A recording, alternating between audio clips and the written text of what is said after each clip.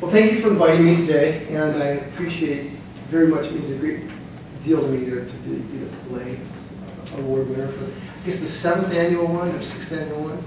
So I'm very pleased to do that. So here's kind of the way we're going to structure this. When I was a PhD student, we'd sometimes have people come and they would do a seminar or class.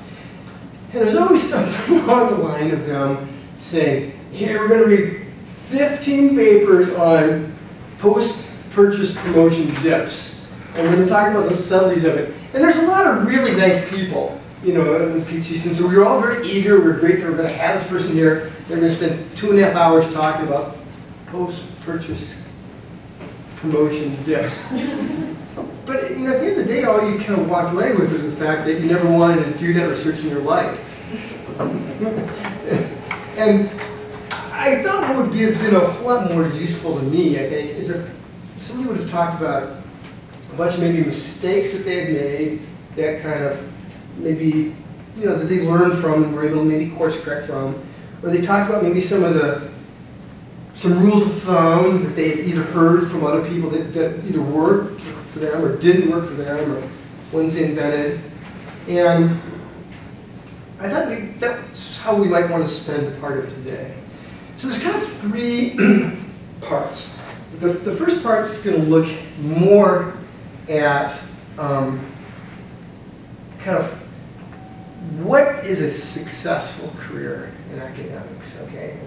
And then I'm going to talk about a really, really unsuccessful half of one. That's mine. And the second thing we're going to look at is we're going to talk about this thing that I've been really psyched about, and this notion of activism research. Because I think it's a way to take something that you feel really, really cool about, and you think is really, really important, and really try to leverage it so it actually ends up being important. And that's why I asked you, your professor asked you to kind of read some of those little segments of different articles, because most of those are just kind of examples of and illustrations of the 4 different steps of doing activism research. And and they also illustrate the things that we unintentionally let trip us up. But they also, I think, illustrate some of the things that we don't even have to worry about if our goal is to do X. Okay? So that's going to be the second sort of section of day. Then the third section is going to be more along the lines of what are some rules of thumb that have really, really worked well for some people in academics, but might not have worked well for others. What are some tips that some people have used that really seem to make a lot of the difference? What are some things that might have seemed to really destroy someone's career, but instead it made it take a total right turn and really made it good? And I think just by hearing some of these different stories that we'll talk about, I hope they can serve as sort of examples or, let's say, metaphors of self, where you say, wow, if that happened to her, geez Louise, if I get a terrible first job placement, it is not the end of the world. In fact, it's good because of this reason. Okay? And I think what's going to sort of facilitate some of that discussion for that third section is going to be what I asked you to do when I gave you the Vita and said, hey, just pick 3 or 4 or 5 articles that you say, what were you thinking when you did this? Because I think some of the stories behind them, depending on which ones you pick, some of the stories behind them, I think lead naturally into some of those things. Okay? So we'll start off. You know, I had this really cool experience when I was a junior professor. When I was a young assistant professor, totally clueless. I think I'd been out for 3 years. And we were having this person visit us. And he was a big deal at Columbia. But what's interesting was, the year before, he wasn't a big deal at all. Now, if we were to rewind the clock 6 years prior to that, he'd been a PhD student at Stanford and won the JCR Ferber Award, which is the award you get for the best dissertation. He took a job at Columbia, and he took this job at Columbia. And interestingly, disappeared from the face of the earth. He never saw the conferences, he never published anything, nothing happened. And then in the 6th year before he came up for tenure, he had these two unbelievable articles that just went and changed the face of how in marketing we all view technology. And the other was a strategy article that had this massive impact. And so we brought him up to Tuck to kind of maybe, I think he's going to give a seminar and do some faculty visits. And I remember he came in my office, and he's an Israeli guy. He came in my office and we were talking, and you know when you, some of us, we were talking about this at dinner, just have no idea what is a stupid, inappropriate question and what is it. So, not knowing that, I asked him what I thought was a pretty stupid, that I now see as a stupid, inappropriate question, but I said, man, it's sure you get such a strong start, and then you just disappeared. You're jacked. I don't know. People thought you might have died, like you were doing a Jane Salinger thing, and then, all of a sudden disappears. I said, why did you do nothing for 5 or 6 years, and then do this amazing sort of stuff? And it was really interesting. First, I'm grateful that he didn't get pissed at me. I think he knew my intentions were good, but he said, it took me that long, meaning 6 years, to forget everything I learned at Stanford. And I've thought about that 20 times since then. And if you hear something like that, I'm still not exactly, every time I think about it, I come up with another interpretation. But if you think about that, what do you suppose that means? Why would we have to forget everything we learned in this PhD program to actually be successful in this way? The structure that we've been given, how to do research, might be limiting the impact of it. Yeah, in what might it be limiting the impact? I guess you can even say, what would be sort of the structure, components of the structure? Reading literature, finding the next step or gap in the research, and then building off of that, off of someone else's research, as opposed to making sort of like a leap in a new direction. Yeah. But that's a huge thing. I mean, that's what we were all told how to come up with dissertations. You find the checkerboard square that's not filled in, and then fill it in. What else might he mean by that? We're looking at different research problems from a different perspective. So, building a little bit on going through the literature and looking at it from, okay, so instead you want to do this, they do this, maybe coming at it from a different angle. Okay, maybe if we look at it from this complete angle, I can come up with something that's a bit more than we're totally doing. That's interesting too. Because both these papers were just, whoa, were incredible. I know our faculty, there's only 5 of us at Dartmouth, they just couldn't shut up about it. They want to talk about it every lunch, they want to talk about it, come up in conversation, they'd be late to class. But why doesn't that happen more often in marketing than just taking a different perspective? We're working with a co-op in another field. Well, why does it seem to happen more? Why do we have to really forget what we learned as a PhD student for that to happen? And that we have to find our own values in research. So we are basically, you're told these are the things you should do, this is better, worse research, or this is the best research question you can do at work with. But it takes time for you to maybe find that passion, the question that matters to you, and have the confidence to go after them. Yeah, that's true too, because we're even coming up with the research questions. We don't come up with a research question that's practical out there. We come up with a research question that is all sort of couched in terms of that checkerboard square. Yeah, that's a good point. And we don't really articulate it from the point of it being useful to anybody else, just for it to be useful to get past the reviewers. Those evil reviewers who are out to kill us. Can you think of another thing that he might have thought about? And like I said, this is very Rorschach-like. I thought about this once a year for the last 20 years.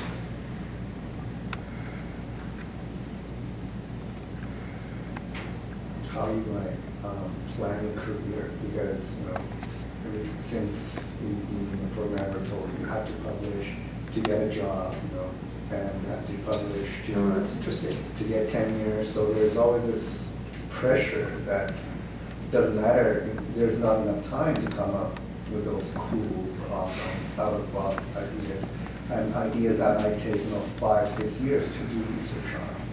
Yeah, I think that's a great observation too, because I think in this case, if I think the Journal of Marketing published both of these articles. But if they would not have gotten, they weren't empirical articles, they were conceptual articles, and then they wouldn't have gotten published there. I mean, he would have been hosed.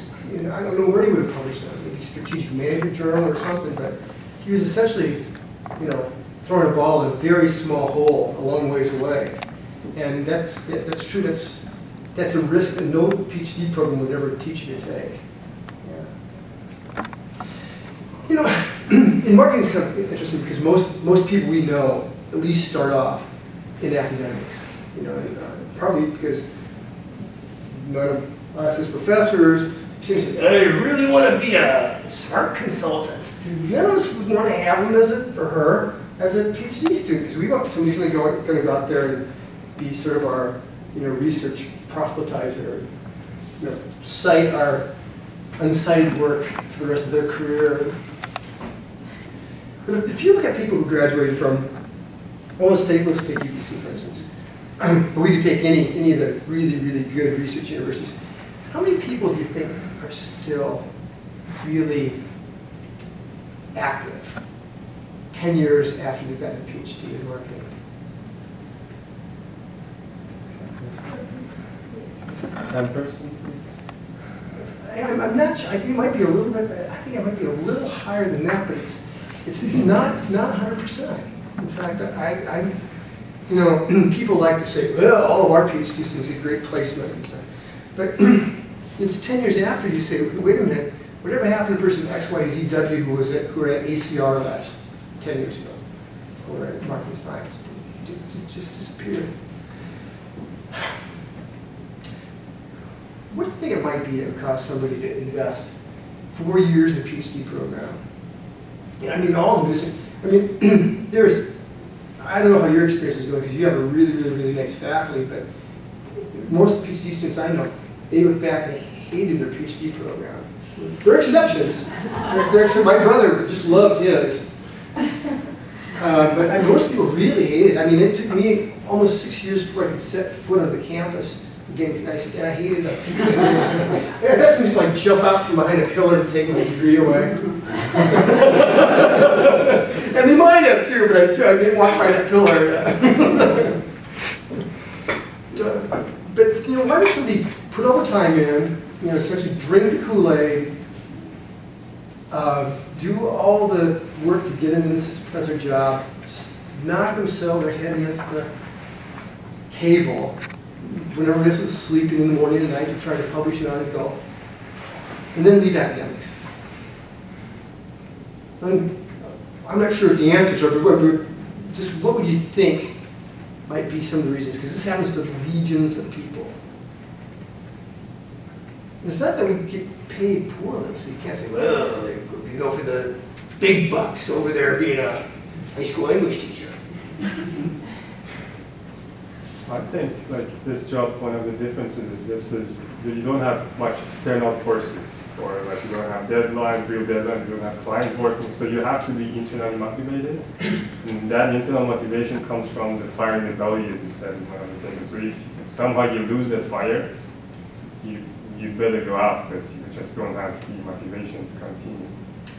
Yeah, and I think that's, you know, we'll come back to that. We'll come back to that reason too, because I think that is one of the core reasons behind that, is losing that motivation and that vision. You know? What else do you think might be going on? Do you think it could be something about not having the impact that we don't have? Maybe working in an industry allows us to have hands-on experience achieving something. Yeah, and I wonder if it does, but I can very easily see somebody believing that if they launch a new line of chocolate Cheerios, that it's impactful. I'm not saying anything against chocolate Cheerios because I just bought them, but. So academics are almost entrepreneurs themselves because you have to come up with a product, like idea research yourself, you have to promote it yourself, you have to plan your own career yourself, and they're really putting yourself out there as an individual, your own business. And for a lot of people, they're not born entrepreneurs. Like they can't plan their own career. They can't do that themselves. So it's much safer for them to, go under some business roof and just work for somebody else that they get told what to do. They get, like Sina said, they get set timelines, and they get constant feedback. Yeah, you're doing well, you're not doing well. You know. That's That's always negative. Exactly. Yeah. Those feedbacks, right? Yeah, it takes a very unusual sort of person to kind of do that. Let's try something. I've been on the P&T committees, and you see people kind of come up and things sometimes work, sometimes don't work. But we're going to come back to the point that you guys brought in just a second. But it's very entrepreneurial, and just like if you're a salesperson, it's very entrepreneurial. If you're a door-to-door salesperson, you decide to not knock on doors, geez, probably things aren't going to go very well for you. You can always come up with an excuse as to why you don't want to knock on doors if you don't want to. And it makes perfect sense. So let's try this. Let's see if we're going to come up. We're going to go around the table as much as we can. If you can't come up with something and answer this, we'll skip to the next person. But let's think of what would be seemingly legitimate ideas that you think professors, and it'd be the same for you guys as PhD students, the professors would have about why they didn't do any research that day. Yeah, I'll start. I'll just go around. Yes. Yeah. We have lots of answers back here. We'll start in the middle. So I'll start. Let's say, I didn't get any research done today because I just really wasn't feeling that good. But I'm going to double up and do more tomorrow. I'm teaching this semester, and I have to answer a lot of student emails and questions and meet up with them. It just kept putting it back. Cool. It's a masochist job, but because the reward is so far away, it's so detached and empty. Like it's a graceless environment. Graceless environment. I think people can get frustrated by Just getting say the word. Say what the person. rejections. We want what a person would say. We want not a theoretical thing, but what would a person say? A person say, I didn't get anything done today, but I'm going to do more tomorrow. I got 2 rejections within the same day, so I don't want to do any research anymore. My girlfriend's complaining to me on the phone, so I can't put my mind there. Cool. We're just too busy. Taking care of a baby. Some relatives are visiting out of town. Excellent. I don't know, I've got PhD students in my office all day long.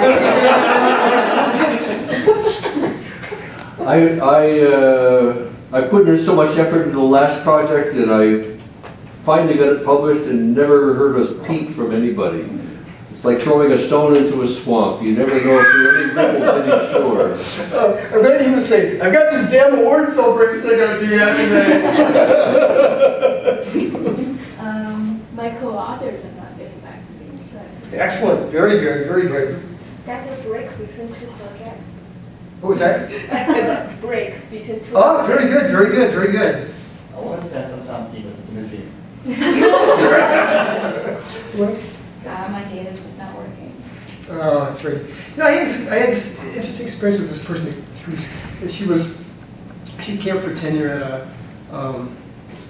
at a Big Ten school. She's up for tenure right now, and we were talking about something, and she wanted some advice. This is a while back, about 2 or 3 years ago. I said, well, why don't we do, and we kind of did that where we said, what would people say? What would be some excuses when we did research?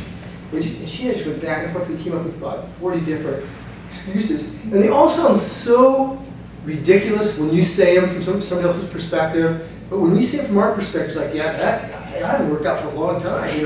Health first. The kids aren't getting any older. No, I mean, they're not getting younger. I gotta. That's right. If I spend more time, I might remember that third one's name. So there's a lot of reasons why things just don't happen. So we can find ourselves exiting because we don't really have an option to continue. But a lot of people do have sort of an option to continue. And if we look at what you guys are talking about, the fact that somebody's lost their motivation, somebody's lost, yours was on the same thing. Okay. And what sort of impact do you think would, if a person didn't see that, would be most, or let's say, what sort of impact could a professor have that would be motivating? Make a difference. What's that really gonna do? I mean, what? I mean, probably more practical impact than conceptual impact. Maybe make a difference in other people's lives to help them live better. To be cited a lot by your colleagues? Probably recognized by people outside of our specific group. Well, why would that? Why is that important? Because there's not very many people in our field. I mean, there's people who are incredibly productive and still really productive now who wouldn't be recognized by somebody across the street. But they really stay motivated. What do you think the difference might be with them? Depends on the source of satisfaction. People need different sources of satisfaction. I have mathematician friends, they just don't like applied work. When it gets applied, it's dirty to them. They like to be completely abstract. Whereas I like practical, but if something doesn't have any practical purpose, then I just lose my motivation. So what is it about some people, because I think this is a real key to bridging somewhere else. Well, what is the key about some academics that cause them to just not care for things that are practical and really want to stay in the theory world? And it's not even not take the extra 3 steps to try to be practical, but it's just that they wouldn't do it if it landed on their doorstep. What is it about somebody's thinking that would make them say, no, no, no, we won't sully my research by using it practically? Maybe they're just enjoying this intellectual challenge. Yeah, I had a PhD student, a postdoc one time, who viewed academics as puzzle solving, and he liked puzzles. And that's really what I get paid for coming up with puzzles and solving puzzles. And it's just like, wow, you mean so like the equivalent of playing solitaire on your computer every day? That would be the good. You know, so I had another really neat experience when I was an assistant professor in that we had this guy, and do you know the name Don Lehman? Unbelievably productive guy, just really, really, really, really good guy. And so he was visiting for a day, or a couple days, I think.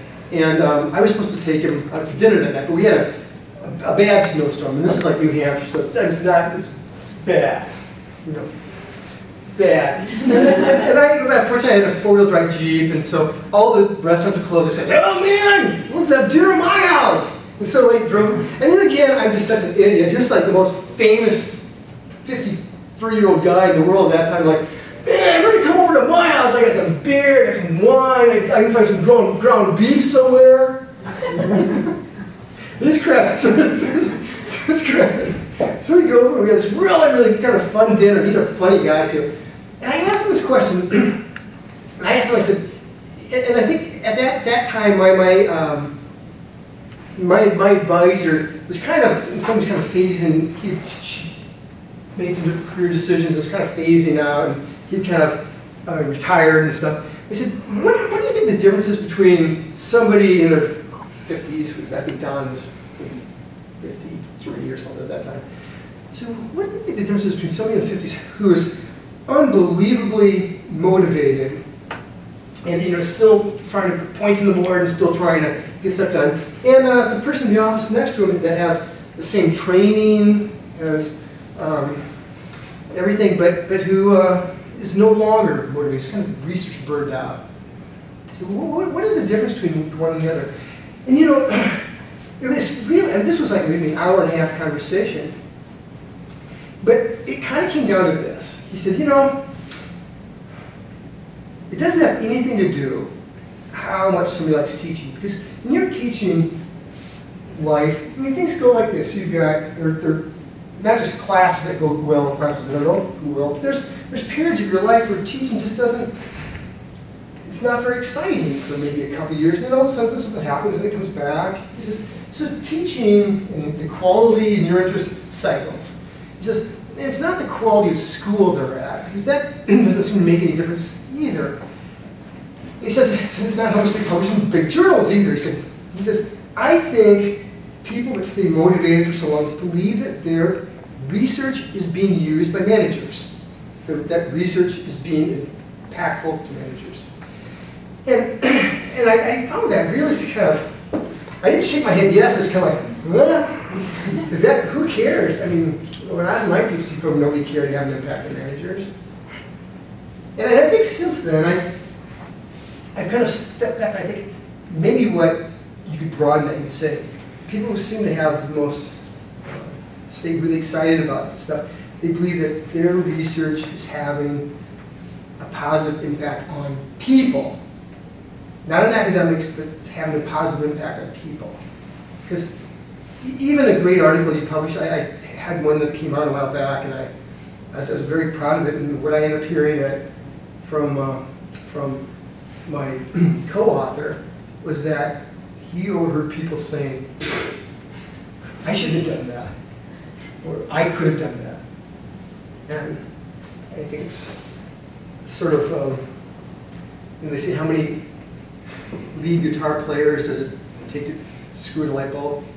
7. 1 to screw it in, and 6, 7 to say, I could have done that.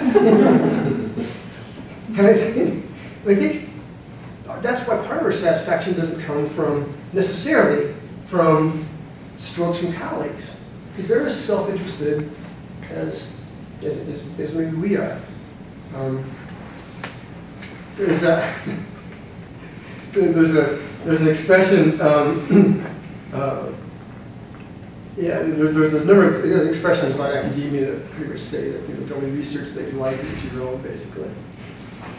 And I like this what Don was talking about with respect to having this impact on other people, because then, you see something happen, or you get phone calls, and you see something being used, and it has a different sense of meaning or feeling. And I wonder sometimes if a lot of those people who get burned out, if they get to the point where they say, look, getting 75 rejections in a row for something that is going to be cited by 30 people who really are irked or pissed off that they didn't write it. Man, I could go play with the kids. I could golf. She's like, I could do anything that would be more satisfying than that. And so we're going to get to looking at how maybe we might do some of that stuff with activism. But I want to just share something, and this isn't easy for me to do, but I think sometimes it's easy for us to look at people who have been incredibly successful in their career, like Rick, or you see some of the people around you and say, oh, God, what a lucky guy, it's just. And the first time it happens, we make a mistake. We go, well, that's not my career, because clearly he would have never screwed up like I did.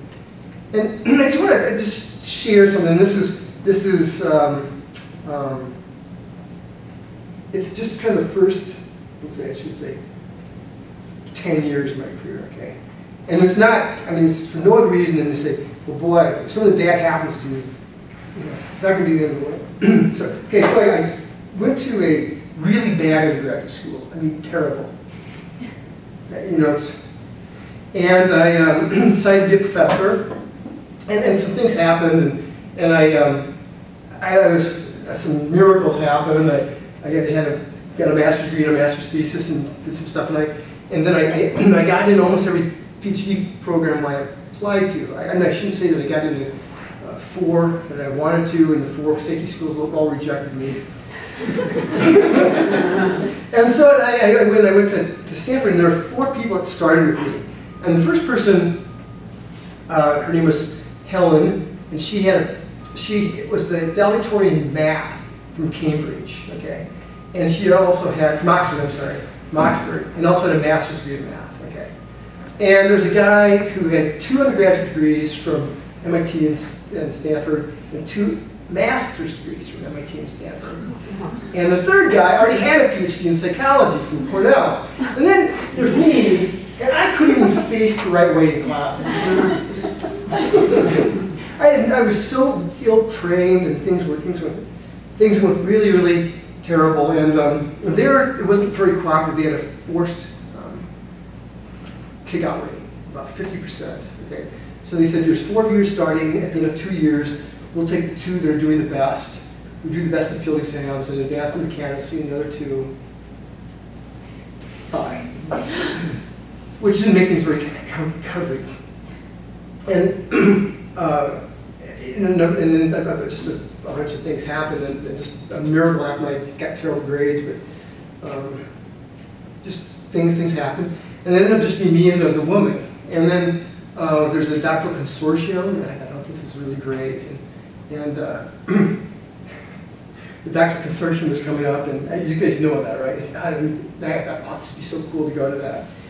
And she quit academics, but they sent her anyway. And she was leaving at the end of the semester, or she was transferring to the MBA program, and they sent her anyway. And I thought, oh, that's was terrible. And I found out why, because they were not satisfied with my progress. I thought I was going to go to the job market. They told me no. In fact, you have 4 months, you're losing your scholarship or fellowship. You've got 4 months to find a new advisor, a new dissertation topic, and to defend your dissertation proposal. And that was, and I found my advisor and worked with my advisor, who was really good because he just said, do what you want. And it ended up being a tremendous blessing, because initially I had been really forced to study something that I didn't want to. I went in wanting to work on food and study food. They said, no, you're not going to do that. You know what's interesting is missing information and how people account for missing attribute information. I'm like, you know, and I don't know, but I'm believing what you say. So they put me on this weird dissertation that wasn't well suited to me. It wasn't what I was really interested in, and I didn't do very well. And when this thing happened, all of a sudden, I had nothing to lose. I mean, I only had 4 months, so I was going to pick something I kind of liked. And I picked a food-related thing, and there's nobody else doing that. It didn't really have any theory behind it. They didn't really know how to evaluate it, but it was an important question. They agreed. So I passed, and a miracle happened, and I got a job. And there's that place I wanted to be at more than anything else, which was Dartmouth. Okay? And I loved it there because I thought I was the luckiest guy in the world. I love, you know, everything went great. And then in my 4th year, they asked me to come up a year early for promotion to associate. And I really stumbled in my teaching in a really, really big way. I tried to do something kind of cool, and it fell flat. And as a backdrop to that, I had a bunch of these papers that just weren't really going anywhere. I'd submitted probably 20 things by the time of my 4th year, but they were coming out in like really super low-end journals. And so I was so much kind of shocked. I was told that I wasn't going to get tenure. And it really, really, really floored me. And I think at that time I had a house that was better than what I'd ever hoped to own.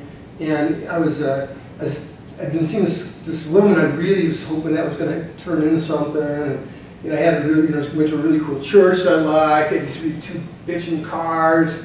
I was in this rock and roll band. I mean, everything was great. And then all of a sudden, it was going on like that. Next year, I couldn't find another job anywhere, so I had to take a sort of a research appointment. It's kind of like a postdoc over at this university in the Netherlands that I'd never, ever heard of. For about a third of my salary, I had to sell a house, I had to sell one of the cars. And I was very, and I was fairly, pretty positive guy, but still that was really tough. And I remember when I was, at the time I was, finishing out my time in Dartmouth, I ran across this thing that I read. And it was this old Chinese parable, and you guys might recognize this. Of course, not the way I tell it, but it's this parable about this farmer who he's got this horse, and the horse, he's out plowing a field, and the horse breaks a leg, and that's it for the horse. The neighbor says, "Oh my God, it's terrible news! Your horse broke a leg, now you can't raise your crops." And he goes, "Could be good news, could be bad news, I don't know." And so, because the horse is dead, his son has to pull the plow, and his son actually falls and cuts his leg. And neighbor goes, "Oh my God, your son got his leg, his nose is laid up, it's terrible." And the guy goes, "Oh, it could be good news, could be bad news, I don't know." But shortly after that, the Chinese army comes marching through town, and they're enlisting all the young, strapping men to go fight this glorious war for the emperor. And they can't recruit the guy because the guy's in bed with his foot up. The neighbor goes, "Oh my God, you had this opportunity, and look at this, to bring glory to your family, but no, you can't go." And the guy goes, "That could be good news, could be bad news, I don't know." And how many of you have heard the story? You're nodding, so you know the story. And so, you know, you can probably guess what happens. You know, the Chinese army gets totally wiped out. And if his son would have been healthy, you know, he would have lost his son. And I really like that, you know, the thing, because you said, well, you know, who knows when these things don't work out like you think, whether it's good news or bad news. If we say, that sucks, you suck, I'm going to actually have this burnt earth policy for everything here around here, well, you know, we can pretty much guess how that's going to turn out, right?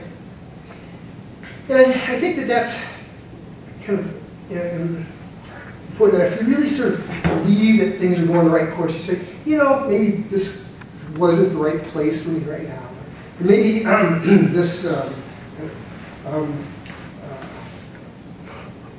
type of research wasn't right for me, and I'll also move to something else. And, you know, maybe I'm also moving to schools, but maybe I'll try something, not going to work, maybe really try something I like. And I think sometimes these can be real blessings, because I think what is a waste of tremendous potential in this field is to say, you know, I am the greatest, most studly person when it comes to missing attribute information inferencing. And I am going to milk that for the next 40 years of my life. Every paper that I write is going to be on that. I'm going to be Mr. Missing Attribute Information Inference Man. And I'm going to continue on. And I think that would have been probably the price of having been really successful in the way I initially started. And similarly, I mean, if there's things that all of a sudden, whether it be a sabbatical or whether it be a change in some other sort, I think what we have to do is say, my God, my path is supposed to be laid out. I don't know what to do now. To say, well, maybe there's actually some really good things that can happen because of this. So we just want to challenge you to do that, because a lot of people in this business actually do pretty well. You know, I think something like only 1 in 7 end up getting tenure at the place they initially start. But, you know, a number of them, you know, get tenure somewhere, and they are on a course, might be a teaching school, might be a research school, but they're on a course, but without anything, in some cases, bump you one direction or the other. And that could be a really bad thing, like something not going as you predicted, but it could be something as small as a conversation you have with, you know, some guy in a blizzard. So I think, you know, keeping those in mind, because I hope nothing ever goes wrong in your career, but geez, it does for most of us. So why don't we talk a little bit about the second thing I want to talk about, which is this idea of activism research. Okay. Now let me just give you just a little bit of background with that. Back when I was at Dartmouth, I went through you usually have a first promotion, and the second promotion is to associate. So I went through my first promotion, and that went, cautiously okay. But all of a sudden I had this guy, and I really liked him. He was an OB professor, kind of a senior OB professor. I liked him quite a bit. And we'd have he and his wife over for dinner a number of times. And he came in my office shortly after my reappointment. And he sat down and he says, "Brian," he said, "you know what your problem is?" But you always like when people say, "Do you know what your problem is?" Women always remember that. Guys love to hear that. "Do you know what your problem?" He says, "You don't study things that are important or interesting." And he said, he says, "Face it, nobody cares about food." He says, "You're publishing these crappy journals. Nobody cares about food." And I said, "Well, but I really think that if I do this, I can have this impact on other people." And I think what he was referring to is I published an article which had taken a lot of my time on eating bouts, okay? Antecedents and consequences of eating bouts. And published it in this terrible home economics journal. I mean, you'd never be able to find it to this day. I said, you know, nobody cares about this. I said, no, because I'll write this, and it's going to change the way people think about eating bouts, and it's going to, because they'll know now what triggers these things. He goes, who? I said, like consumers. He goes, oh, so he says consumers are going to pick up this journal and read through it and think, oh, there's my problem. And you know, I was probably 32 at the time. I thought, oh yeah, you know that this does make no sense, does it? That is stupid. And so, but what it made me think is, well, so how can I make this something that consumers sort of think about? And at that time, what ended up happening was I kind of said, well, maybe what I should start doing is, and I didn't know what to do. I just kind of said, well, I don't get it, I don't really know. And a couple years later, actually, when I got let go, what I thought is, you know what I should do is, that article is now getting published. I thought what I should do is I should write up a press release. And I should just I should go to like the grocery store and write down every person's name who's a writer for Good Housekeeping or, you know, Martha Stewart Living or whatever. And I'll write a press release, I'll write a letter, and I'll take those things, I'll take the article, and I'll mail it to them. And then say, hey, if you want to write something about this, you can. And it's kind of stupid. I mean, it probably cost me about $150 of my own money to do that. And I sent it out and waited and waited. And nothing happened. And then all of a sudden, what happened is, when it was some MBA girls, a woman stopped by, she was in my class. I was at Wharton at the time. She stopped by and she goes, I can't believe it. You know, I was on this airplane. I was reading through, and you were in this magazine. They're talking about your research in this magazine. I'm like, and it was like in, I think it was something in Women's Day and something like in Cooking Light. Both of those magazines. I take it and just in really small blurbs. Like one was like this, and the other was maybe also 4 column inches, just saying blah blah blah. Research came out and showed this, and one of them was very sort of like, and here's what you can do.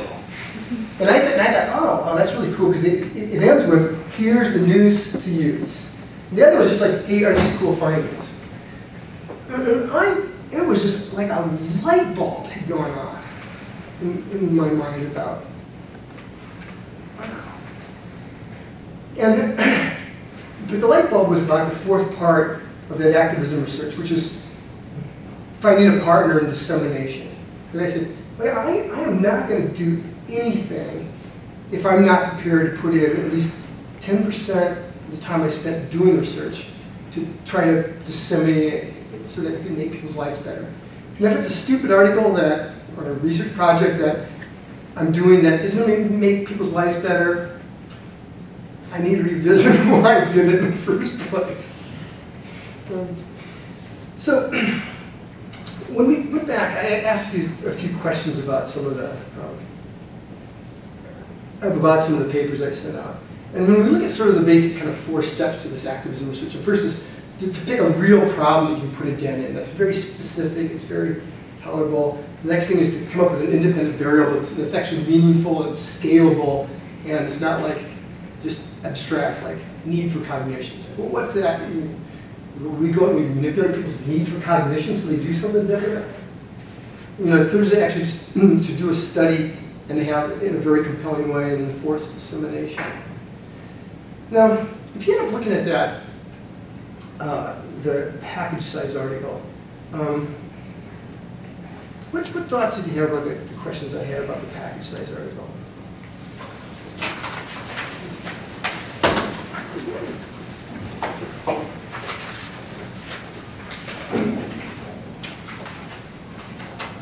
But don't be a bit if you say, oh, God, all I did was I just skimmed what you told me to skim. That's all I did. Did you have any just observations? We'll talk about the discussion section in just a second. But did you have any general observations about that? I was wondering if they didn't include your 100-calorie pack study because it was an accident. Yeah, well, first of all, we never write them up as accidents. Yeah. This is really a thing. Yeah, you know, I think what happened was, I think they just thought it was just like, well, that's just obvious, you know? If you don't give the person very much, they're not going to need very much. And I think that at that point the article was just getting long enough that they said, that's really divergent too, because we really should be talking about one direction.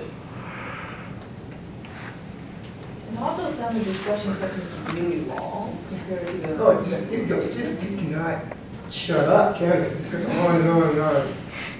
Was it reviewer driven? Did they see any potential issues? No. So the thing about, when writing this, when working on this article, what had happened, it had gotten rejected from the Journal of Marketing, okay? Or no, I'm sorry, it had gotten rejected from the Journal of Marketing Research for not being useful, okay? And they got, so it's like, oh, then it must be theoretical. So I sent to the Journal of Consumer Research and they rejected for it not being theoretical. And then it went through about 4 rounds at the Journal of Marketing, and I finally ended up getting in. But the powerful thing was it started off because of a practical question that had been asked me by the visiting manager from Heinz 57. And then I was at a conference one time, and there was this, and I presented it I think it was Winter AMA. And there was a woman there who was a brand manager for Procter & Gamble, and she said, wow, she goes, that's really neat. Do you think the same stuff would work for laundry detergent? And I'm like, and that's why there's a 4th study in laundry detergent. And all of a sudden I said, well, you know, I can do that and let you know. And so I sent her a copy of paper. And they sent me a check for $2,000. I'm like, what? Where did that come from? And it made me think this could be so incredibly useful to people and to managers. At that point, I was starting to turn a corner, whereas no longer thinking about things from a manufacturer standpoint, but thinking about things, what could a consumer do if a manufacturer doesn't change things? And that's one reason that the back end sort of moved like that. But then, I also thought that I had been told, they can come from major research universities, that nobody cares about the discussion and conclusion. All they care about are the tables, and the figures. And that's kind of, and I remember my best friend at Wharton says, nobody reads discussions and conclusions. But I started seeing that the vast majority of academia, they read it very carefully, looking for the next idea they can do, looking for how they can use it in the class. And they may not be the people that are professors here or professors at the University of Chicago, but they're the people who are professors at Illinois State University, the people who are professors at Wayne State University, Wayne State College. So that's why I've always overinvested in discussions and conclusions, because we're not writing them for the people, the 30 people who are going to say, I could have done that. We're writing for everybody else who's going to use it in a particular way. Now, I think the 2 pages and the thing about me getting going and trying to pitch this on the road. The reason I just mentioned that is it's another example of trying to get it in the hands of a partner who can disseminate it. And my best friend back when I was at Wharton was Steve Hoke. And I remember when we finished this research, and I said, oh yeah, man, I'm going to call all of these. I'm going to call all these companies. I think I already called them and said, oh, I got this thing. It's really cool, and you can use it to make money. And I think, oh, pretty much 5 companies said, yeah, come on, tell us. And I paid my own way to drive there and everything. So he and I are sitting out on the lawn eating lunches, and he goes, Brian, you dumb blank, blank, blank. he says, you have no idea what your time to. Why would you waste your time going and talking to these people? What do you think? Something's going to happen? And you know, and he was very sort of like, well, why are you wasting your time doing this sort of stuff?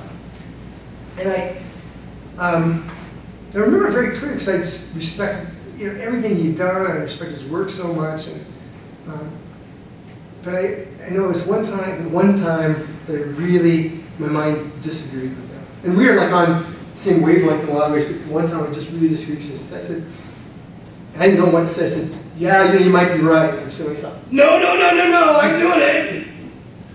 And so I think that actually stuff with dissemination. We never want to do it, but it can be so valuable. Now, let me give you an example. There's a guy, I don't know if you've read any marketing strategy books, but you know, they usually rhyme with tragedy, you know. And so there's this guy, he was at Illinois at the time, now he's a dean at Kentucky. But he wrote this marketing strategy book, and at that time I was just getting ready to take this job here at Illinois. And I read this strategy book, and just because I was moving to Illinois and wanted to be a good colleague. And it was brilliant. It made everything very clear. It made things very sort of, he had been trained as an engineer, so it's very you could follow very easily. But I remember I got to Illinois and I said, God, I really like that book, and blah, blah, blah, blah. And I said, you know, how's it doing? He goes, that's not doing anything. He says, the publisher's not pushing it. The publisher's not marketing it well enough. I said, well, you know, the thing is, it's so good that you could get a lot of traction if you did this, and if you did this, and then maybe I think this would work, and I think, well, the web was just going to be coming alive then, and I think this could happen. And he was looking at me like that's from the former planet Pluto. And he said, but why do they do all that? He said, they should be doing that. I said, yeah, but they're not. So, I mean, you see this? And he goes, no, he says, no, I'm just really tired of the project. It's time to do something else. And I didn't want to say this to him, but I really was thinking to myself, he probably spent 2,000 hours in writing this book. And if spending an extra 40 hours just writing letters, you know, sending out examination copies of certain things, trying to get it in different management, get reviewed in different management things, if 40 hours, if he wasn't willing to put in another 40 hours, it's just really like saying that 400 or 2,000 hours and I'm stupid. I don't care about it. So then it's been pretty much at that time that we've always said we will invest up to, it's not, when I say we, it's not me and my co-authors because they never invest anything usually, but it's usually me, that I'll invest up to 10% of the amount of time to do a paper, to try to have it make a difference. And that's sometimes an okay use of time, sometimes it's a dumb use of time, but it's something to do. When we take a look at that, the action thing, activism thing, what do you think it is that prevents most people? It seems obvious that you want to come up with a question that is very definable, and it's very clear that it's going to make a difference from the start. Why is it that that's so hard for us to do, that so few people in our field seem to do it? Because if you read the typical JCR, or typical even JM or JM Journal Marketing, it almost seems like they did the research and then tried to figure out if it had any implications. They did the research and then they tried to find the relevance to managers and consumers at the 11th hour. That's not where they started. What do you think what prevents us from doing that? Do you think there's maybe somewhat of a stigma attached to that, such that if you start off with a very practical problem, you're not viewed as very theoretical, or they shouldn't be in a JCR or a JMR, or it's almost like the kind of look down a little bit? I mean, because it's cool to come up with an interesting idea, but then, I mean, even as a doctoral student, it's like, okay, well, you need to make sure that, can you publish as a JCR, because that will get the job without getting tenure. And so maybe there's that view. Yeah, no, I think people do see usually one or the other. If you start off with a very practical problem, how theoretical can this be?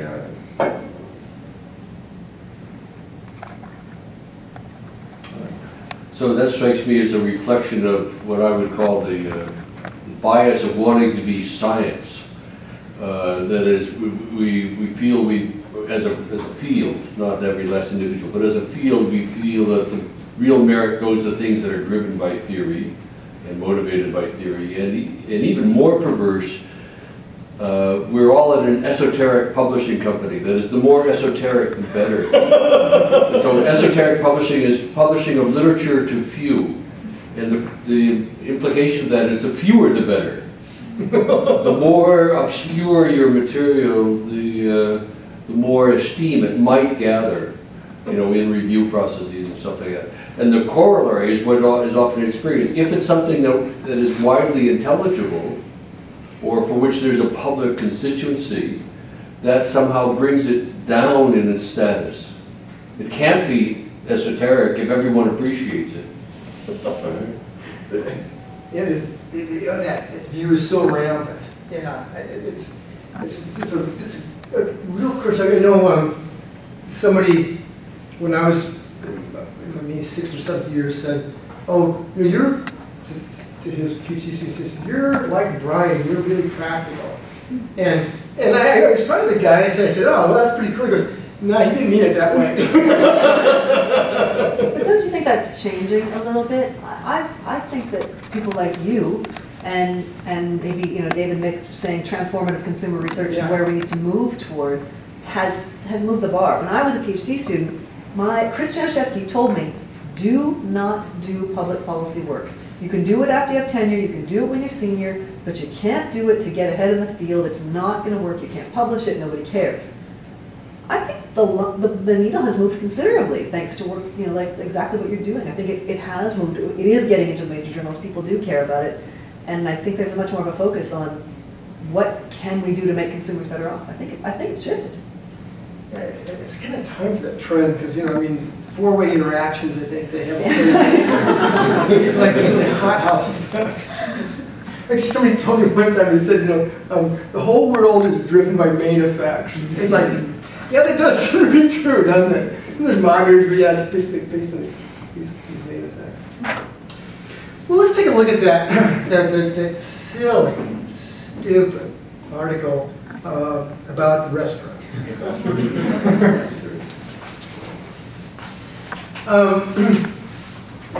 What were the? I know we'll kind of go around the table so nobody has a chance to kind of say. What we'll do is we'll start with you this time. What were the? I asked you to come up with what are the 2 reasons to reject that paper? The 2 reasons that it was even more terrible than it was in its 19th draft form. What did you think? There's a lot that can change in the environment. So when you talk about, you even say, well, you're going to talk about lighting and sound separately. We're going to manipulate them together. And I would say, well, which aspect is actually driving the effect? And a million other things were too. Yeah, they had tablecloths. There's a server and there's fast food and kind of dining environment. Oh, it's just so grossly overdetermined. It's ridiculous. Or to me, maybe it's just maybe it's a little weird that having people fine dinner at a fast restaurant. Oh man, demand effects? Geez, talk about that's too strange. Who's not going to kind of be thinking what's going on? That's rejectable too. Yeah. For me, I think the effect is not directly because you said you stay longer and you eat. People think that you eat more, but there are a lot of other factors influence how much we eat. So that's right. It's not controlled. No, not. And was there? Did you see that? Did you like the mediation analysis in the paper? Yeah, No, there was no mediation analysis. No, because we didn't measure things carefully enough to do mediation analysis. No, I just stated that. Yeah. Yes, and similar to the point that you manipulate a lot of things, sound and lighting. Might be interesting to look at fine dining restaurant. We have similar lighting and sound to fast food restaurants. Okay. Let's switch it to see if it's something about the fine dining experience. Okay. To me, this is a paper on leftovers, like the effect of environmental cues and you to have more leftovers. because the time is almost the same. It's like 1 minute difference. It's not that Yes, there's very, very little difference. Yeah, it's like, and the P is 10.1, which is not that big, and samples are not that big, but maybe. But my feeling was after reading this, maybe when we are even artificially put in a fancy environment, that's we sort of want to have a higher status, that I'm not going to eat all my food, I'm going to like look healthy or look wealthy. I don't care about finishing my food, whereas in fast food, everybody is here to finish their food and just fill their stomach. Okay, cool, cool. It doesn't have a controlled blood experiment. No, it's terrible. Like a theoretical projection. Oh, it's terrible, yeah. Yeah, I read those. Yeah. Okay. There might be some exception probably because the general family or people that go to fast food restaurants are lower or middle class people. Okay. So it's not generalized. And if you give them fine dining experience, but keep them maintain the same value, of course they're going to enjoy that experience. Cool, cool. And only has one experiment with one-way design with 2 conditions. It's easy to come up with different explanations. Oh, yeah, I know. It's a ton of explanations. Well, yeah, I was wondering, I think this things from discussion we had, but like, is it novelty driving the effect? Like, is the effect of Could very well be, yeah. If you do it the second time? Most of the low-hanging fruit is gone, but Well, one of the things that I thought, I mean, this is pretty nitpicky, but I mean, you asked them to rate the food. I don't know if you asked them other measures or other questions, but it could have been like, how was the experience? Well, the experience was really good because I sat at this nice table, I was served. Yeah. So yes, the food must be good, even though it might have. Perfect. That's it. I mean, this study was just published this last July, but we conducted the study in 1999.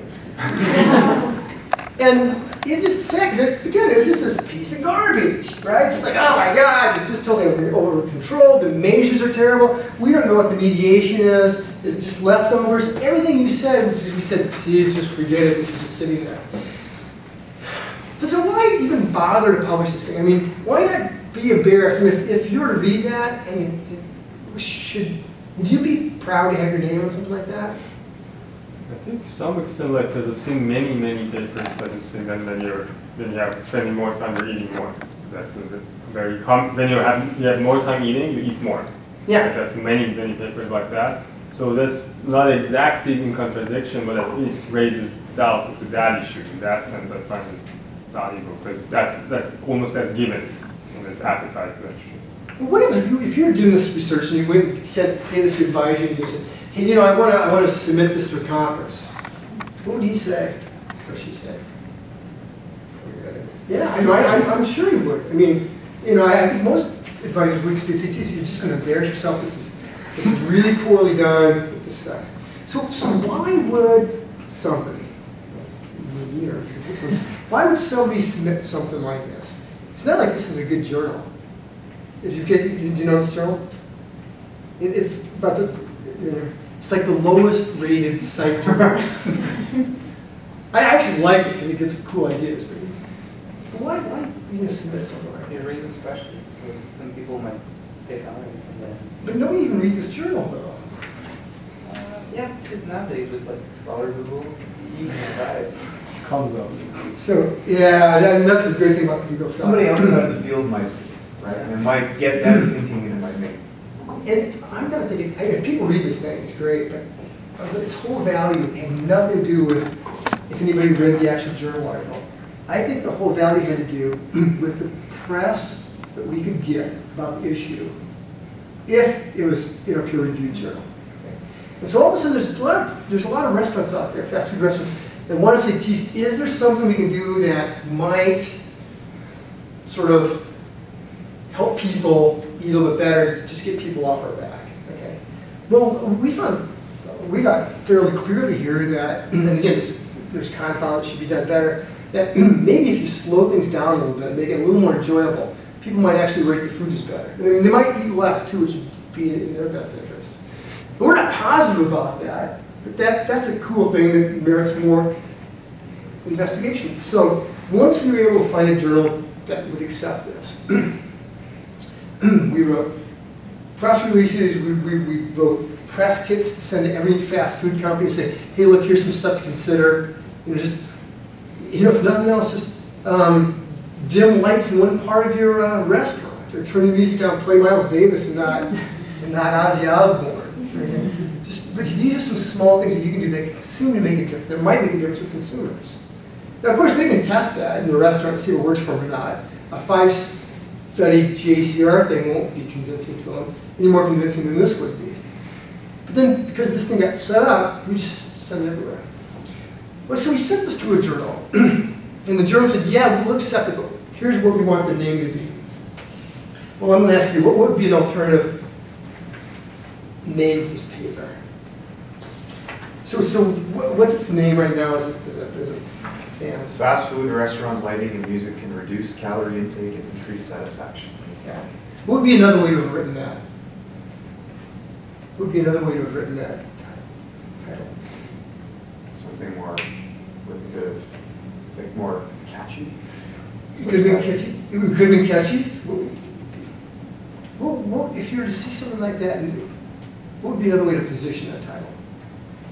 Romantic ambience with eating less. Needing less? Well, here's the way they wanted us to write it. They wanted us to write it, well, let me just take a look at that to get there. They want us to fast food restaurant lighting and music increases calorie intake.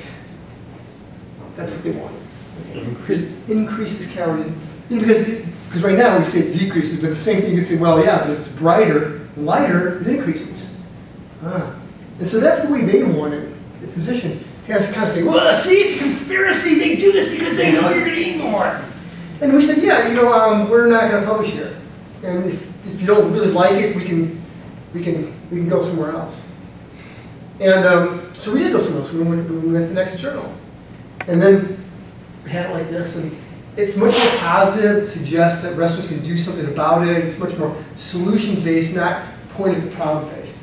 And I think that's one thing that it's just really a challenge for us to do, but it's really easy to do problem research. That here's a problem, and how bad, especially in public health, here's how bad the problem is, and we find the problem, and we're going to point fingers at who's in charge, who's making the problem. But sometimes it's not a big change to just tilt that a little bit to say, no, I want to talk about what the solution is. And I think that's one thing that people are really hesitant to do. I got a call from some TV show, I can't, it's like 2020, but it's one of those morning shows or something. Or no, maybe it's 2020. And they said, hey, we want to do this story on fat, salt, and sugar, how companies use it to make people fat. How essentially they've improved the craveability of food and stuff. I said, well, I'm not going to talk to you about that. You need to find somebody else to do about that. But I said, that's not new news to people. It's the same thing your grandmother did. But she added salt, fat, and sugar, so you like her stuff too. So I don't see the conspiracy here. But I said, here's something we are doing. We're doing a bunch of work on craving and craveability and how you can extinguish cravings with about 1/4 of the calories. And here's the studies, and here's kind of the cool stuff. And I said, so if you want to work with us, we can talk about a solution to the craving problem. But we're not going to say, they use sugar and salt. And he, I said, yeah, but he says what people want is they don't want solutions to things. They want to know what's wrong and who to blame. And I think what we want to do is we want to challenge ourselves to not fall into that sort of trap over again. Just keep an eye on time. Well, if you look at did you have any other thoughts or comments about this idea of activism research? I sort of have a question that's sort of related, but do you see in general like our marketing or business research like as a zero-sum game between business and consumers? No way, absolutely not, absolutely not. In fact, that's why I wrote the book, the book Slim by Design. Because there's all these things that companies can do that are win-win situations. I'll give you an example. Let's say, the worst thing that most of us do when we go eat is we eat everything in a restaurant. Okay? And if we ate half as much and either saved half or bought half to begin with, that'd be a great thing. Okay? Well, we did this research with a truck study, but if you tell a restaurant, why don't you offer half-size portions on some of your best items? What would most restaurants say? Are you high? No, I know. Well, but people buy less. Well, we did this set of studies in truck stops just to show that it was a win-win situation. Because what happens in most restaurants with big portions, well, you get some percentage of people who come in, they buy one thing and they share it. Or maybe they each buy an entree, but they don't buy any extras. Okay. So all of a sudden, if you got, Ma and Pa who come in and split the big turkey dinner or chicken dinner, and all of a sudden we offer half-size portions on some things. All of a sudden Pa can get this small steak dinner that he's always wanted for the last 20 years, and Ma can still have the turkey. But here's what happens: they don't spend less, because all of a sudden then they decide they're going to get an appetizer, because they got a little more, or they're going to get coffee, or they're going to get dessert or something like that. But here's what also happens, is that all of a sudden, there's other people who typically don't want to eat out, because they say, geez, the portions are so huge. All of a sudden, instead of eating at Subway, which they're going to do, they come over, and they say, well, this is an option, I don't have to eat this stupid Subway sandwiches over and over and over again. And we found that it dramatically, it did decrease the number of full entrees, but the number of half entrees went up more than 3 times the decrease in full entrees. And side orders went up dramatically. So it's an example of a win-win thing, okay? And yeah, I mean, that's the whole thing, is setting all these win-win things up. Because just the 100-calorie pack is the best metaphor for a win-win thing. Got about 70% of all consumers eating this. And I think that's what we need to, that's what we've been trying to aim all of our stuff at. What are these win-win things that make companies more money, make a restaurant, make a grocery store more money by getting us to buy more vegetables? Because there's a much bigger margin in vegetables than Count Chocula. It's just that they can't figure out how to do it. I don't know, yeah. Can I ask you about the question about the 100-calorie? Yeah. I really like that study. Like, definitely that can help people who are kind of overweight to eat less. But according to other papers in CCR, actually they suggest kind of opposite result too. Yeah. When people have kind of self-control mechanism, their self-control mechanism is activated in their brain, actually they eat less from the large package size, because they are really kind of deliberate what they are eating from the large portions. But kind of small package size is kind of undetected by their self-control mechanism. So that kind of opposite results for people who are really kind of concerned about their health, and then their what they are eating, the content size. So how do you reconcile this kind of opposite? Yeah, I never talked about that. I've never mentioned in those studies ever again. Because I think what we found was really conclusive. You can say, and there are 17 studies that say there are nuanced three-way interactions, but people don't want to hear those. If I'm giving a government testimony, they don't want to hear about the descending thing over there that was done with undergraduates, and it was done with M&Ms. It just doesn't really make much sense. So I usually just never even bring this stuff up. Because usually they want one answer and the percentage here. The other, we found that 70% of all people it worked.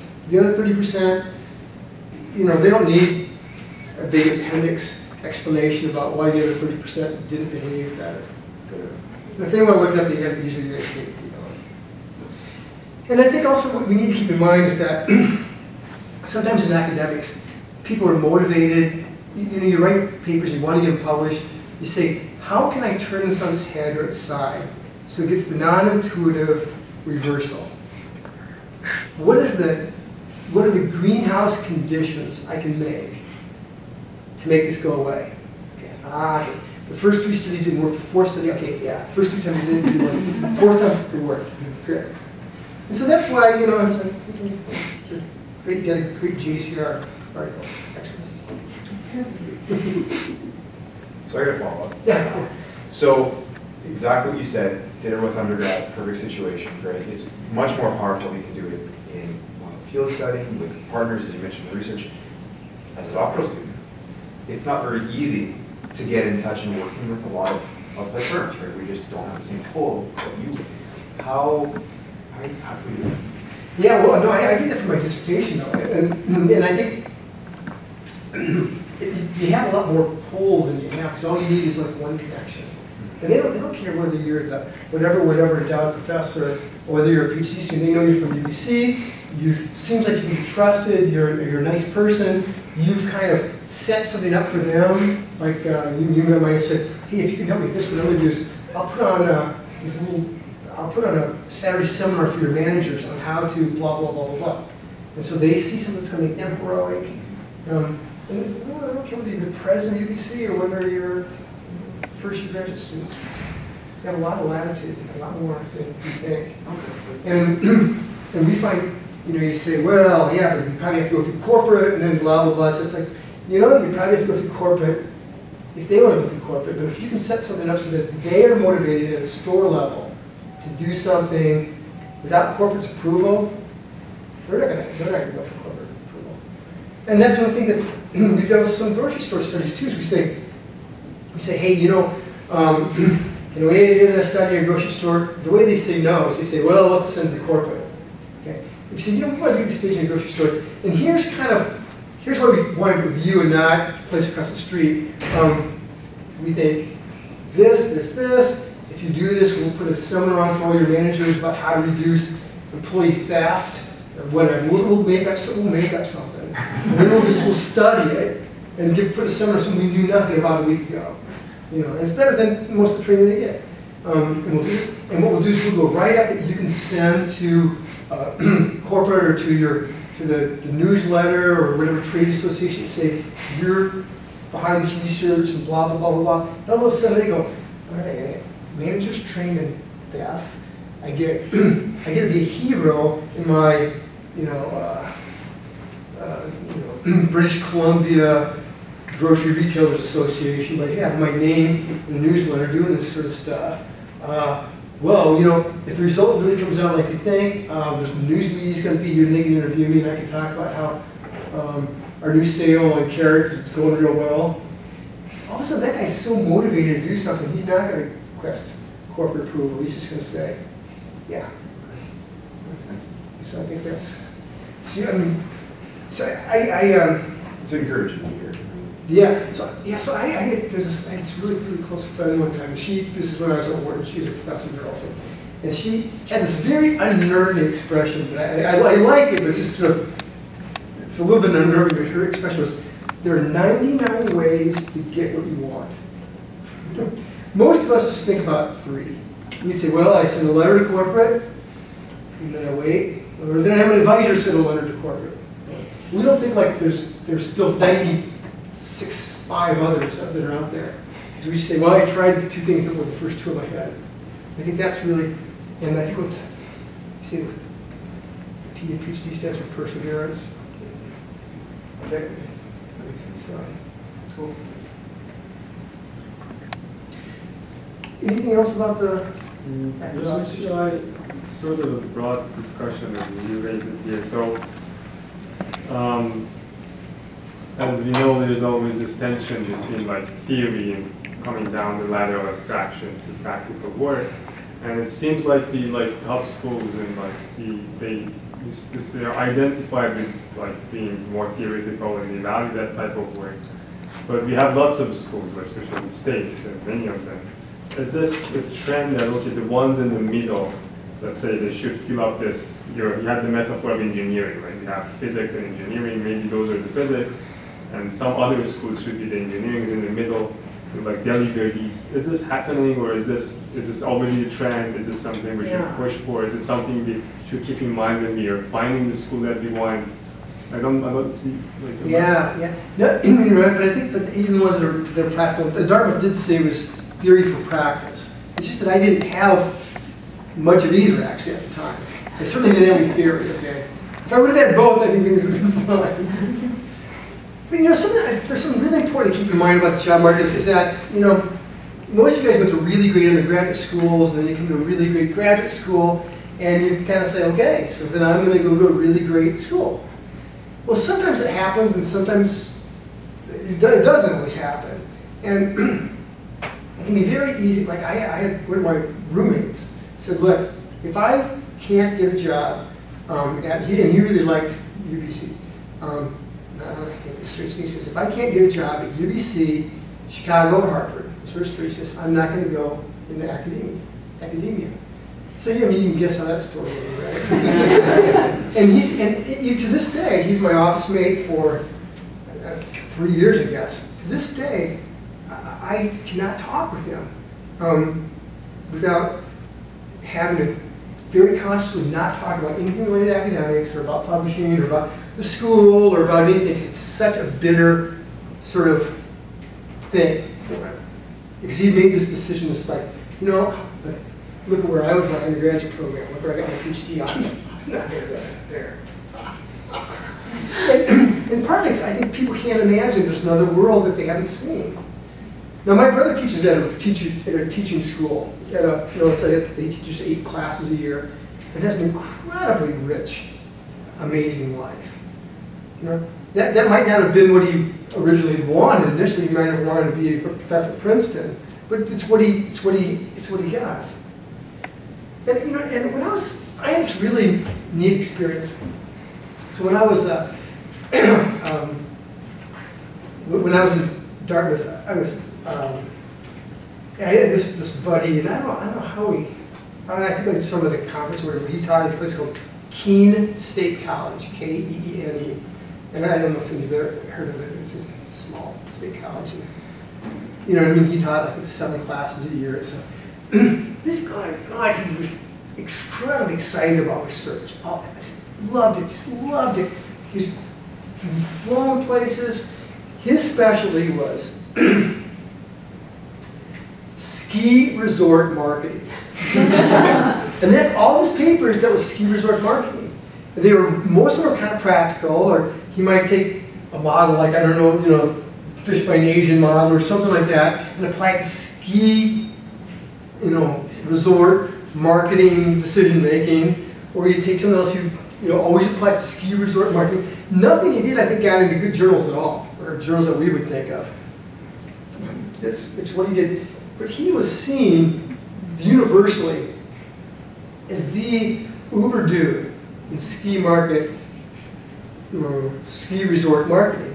He's been flown everywhere to talk about whatever he talked about. He was the big speaker at all their conventions. And this guy had this unbelievably dynamic life. And I think at the time I might have been 32, and he's probably he's on his second marriage. I think he's probably maybe 42, or 45, but he acted like he's 20. We would talk about stuff, and he'd always make the applications, or he'd give illustrations of ski resort marketing. And it made me think that it doesn't really matter actually what you like, but if you think your work is having a big impact, and you can say, yeah, but man, he's not at Columbia, he's at Keene State College. Well, geez, it didn't make any difference to him. He was about the coolest person there because he did do research. I think he made tons of money on the side. He spent every free day at some ski resort somewhere. And I think it points to the idea that if you do some of this kind of practical, or you kind of get known for it, just all sorts of stuff happen. And whether that would be at the University of Chicago, whether that would be at Keene State College, I think there's probably a little bit more flexibility down here than there is up here. But I don't think he's sacrificed anything from a career perspective or an income perspective or a life satisfaction perspective, by being there. And I'm not even sure where he got his PhD, but I don't think it was a PhD program where you would have ever known any graduate from it.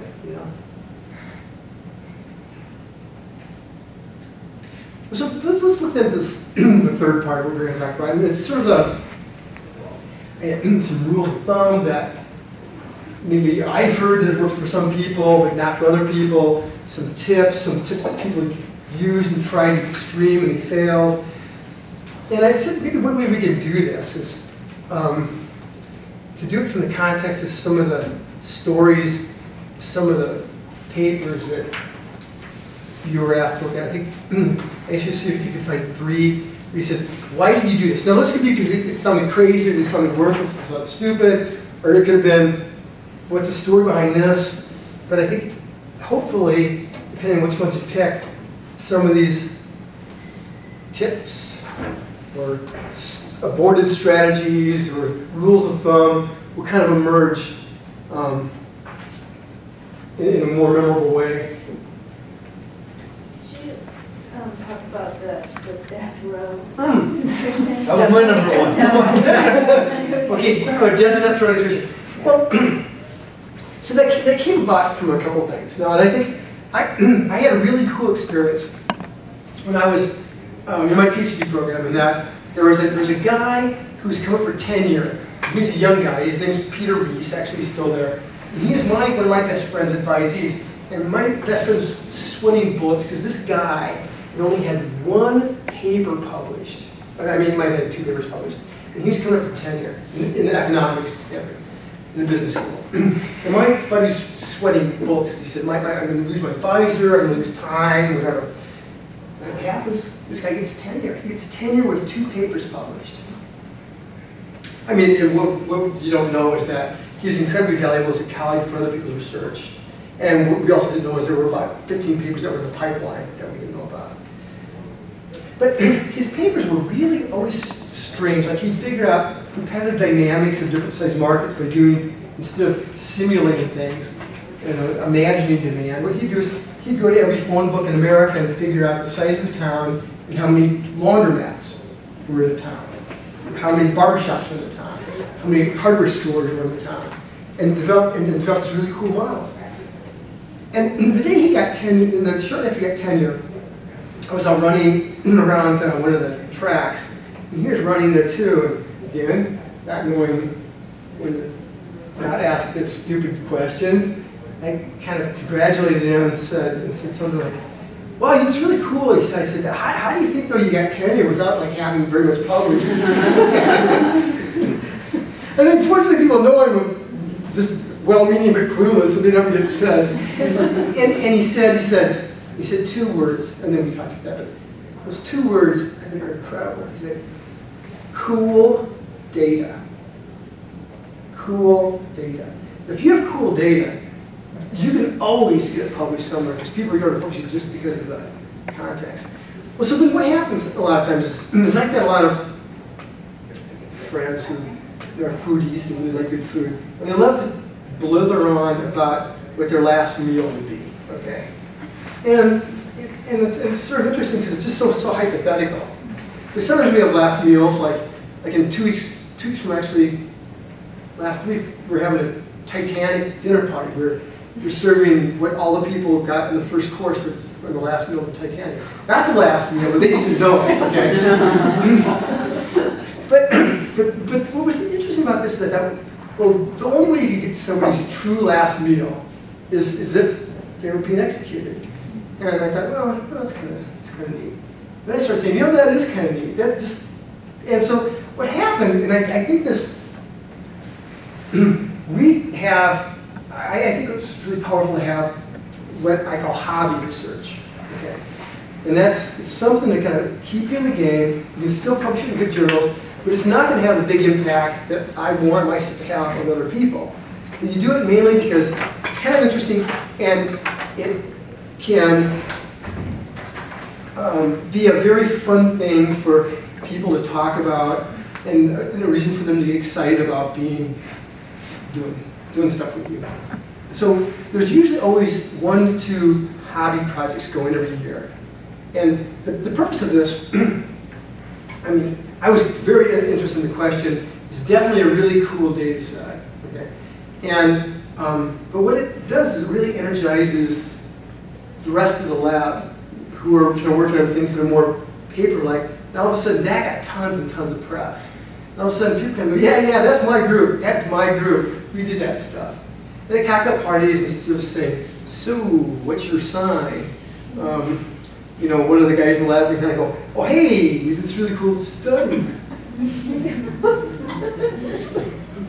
There's one guy who does that. Jeez. And so that's kind of And that follows the thing, because that's what really keeps people invigorated, is when you do something kind of fun and quirky like that. It's really invigorating.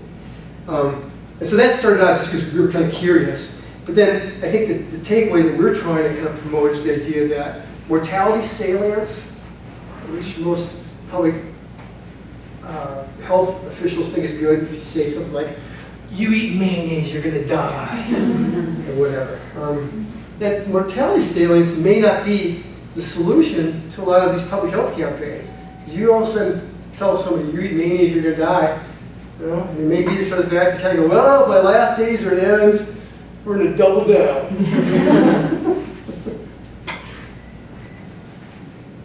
Why is bigger than soy? Oh, yeah. So, you know, I grew up in a farm, and so I know it's really uncool. It's probably the only less uncool thing than being from Iowa to begin with. But so I spent my summers and was raised at the farm and stuff. And when I was a boy, I'd spend the summer with my aunt and uncle on the farm and my cousin, and so we'd spend the whole week just shooting BB guns and throwing stuff at each other and hassling the chickens. And then the last day, my grandpa and grandma would always take us to see a movie, and then we'd go to ice cream afterwards. I mean, my aunt and uncle. And one year we didn't, and I asked why, and it was a bad year for crops and stuff. And they raised corn and soybeans there. My uncle said, well, we would if people ate more corn and soybeans. And you're 9 years old, and you're like, you got it. And I truly kind of believe that. I travel a lot to countries that, like India and China and things like this.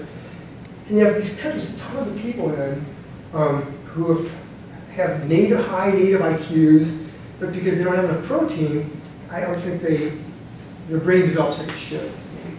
But they don't even think. China eats tofu and stuff, but India doesn't as much. And so my idea, I really became committed to the idea. This was for about 6, 7 years.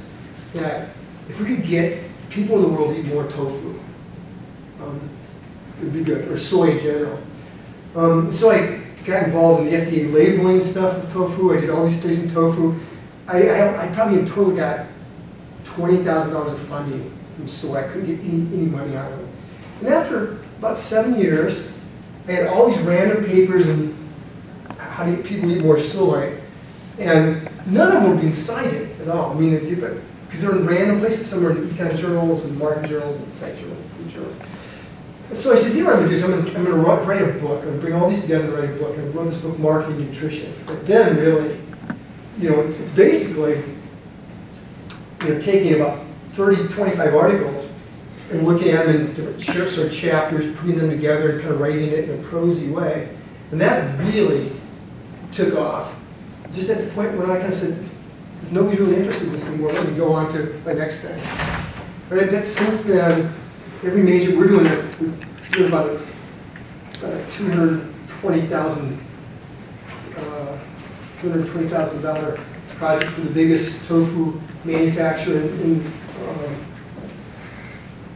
Japan right now because of the book.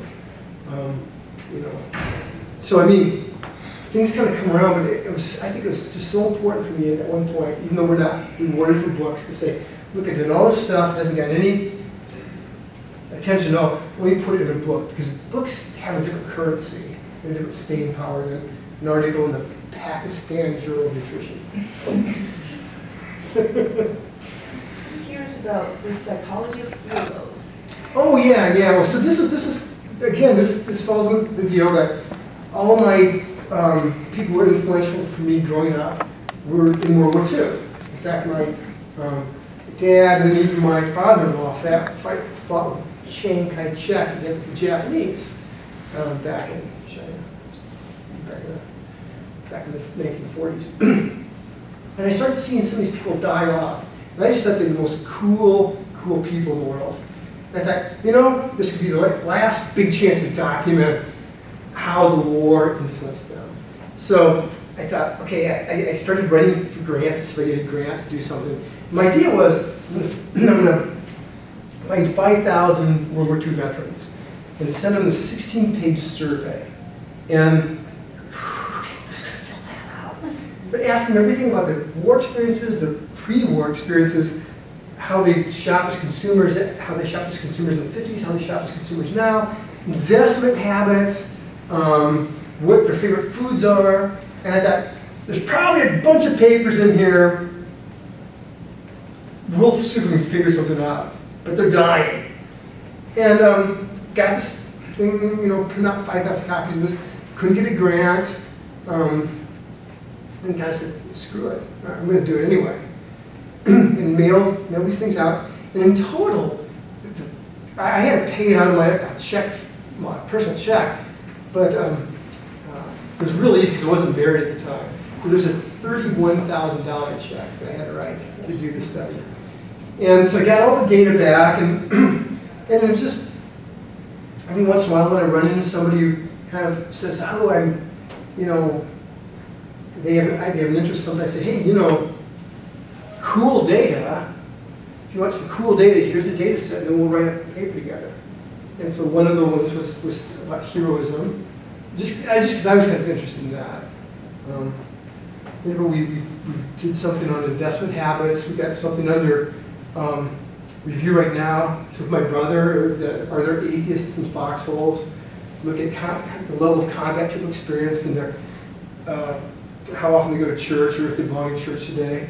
And so it's one of those other things. Because, and I'm interested just historically in World War II. So. But it's one of those things that just people. I mean, the stuff that doesn't get cited, nothing's been cited at all. But I also feel like I'm amortizing $31,000. 10 years later! So you're dining in the dark paper? Is that because you ate at a Yeah. dark restaurant? Yeah, so what happened was, I was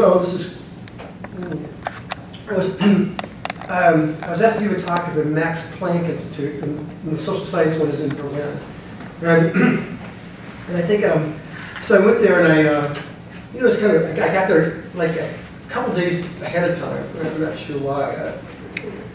And so I just wandered around, and I found this thing, and this restaurant is in East Berlin. And so and these are cool things. What they do is they take you to a room like this, and they say, here you have here's a menu. You can have, you know, beef, chicken, vegetarian, you know, 3-course, a 4-course, or a 5-course meal. I saw a 5-course beef. What they do, they take your watch and cell phone, everything off, and they take you in this place and you just sit in perfect darkness. There are people around you, you hear them, you can't do anything. And they just serve you food. Yeah, and We have one here too. But I've heard, Yeah. it's not fun, yeah. And so then I was talking about the next day with one of the PhD students in the, and I always liked him. He was kind of a cool guy. I said, hey, you know, if you're ever in the U.S., come out to Cornell and you can stay in the basement. And so he came out for 2 weeks one time. And yeah. And again, it's cool data, but it was a piece of garbage study.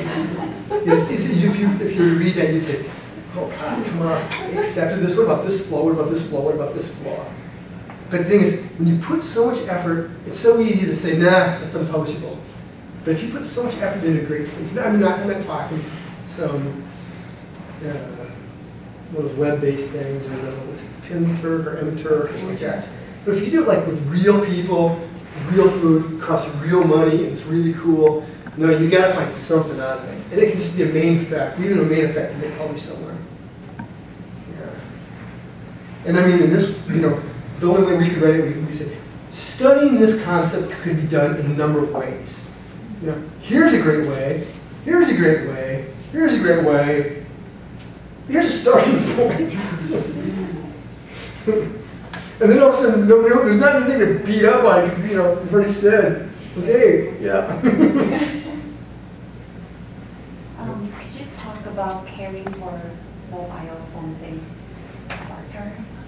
Yeah, I think there's a really good lesson here about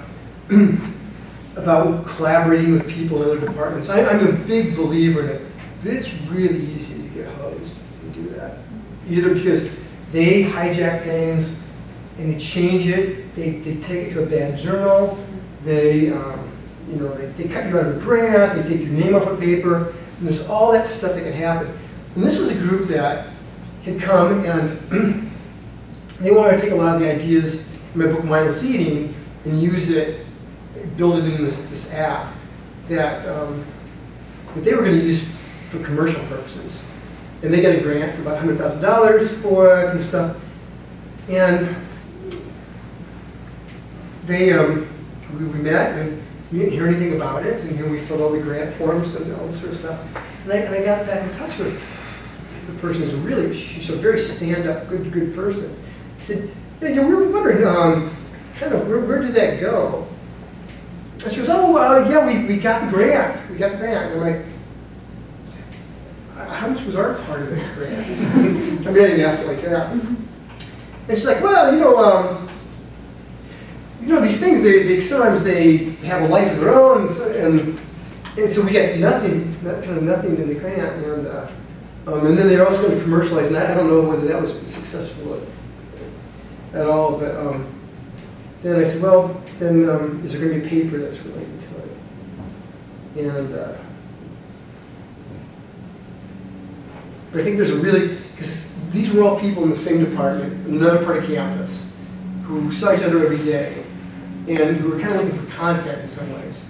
But then I wasn't really part of their daily deliberations. I'm sure they talk about research design and stuff a lot, but it's a lot easier just to go to the neighbors and just, you know, talk, bring the other guy in. And so I think part of the problem is mine, I just fell out of salience. And there's a good lesson for me in collaboration. And then I always try to make sure I follow up, even if there's no need for me to follow up and go, hey, where's that at? What can I do?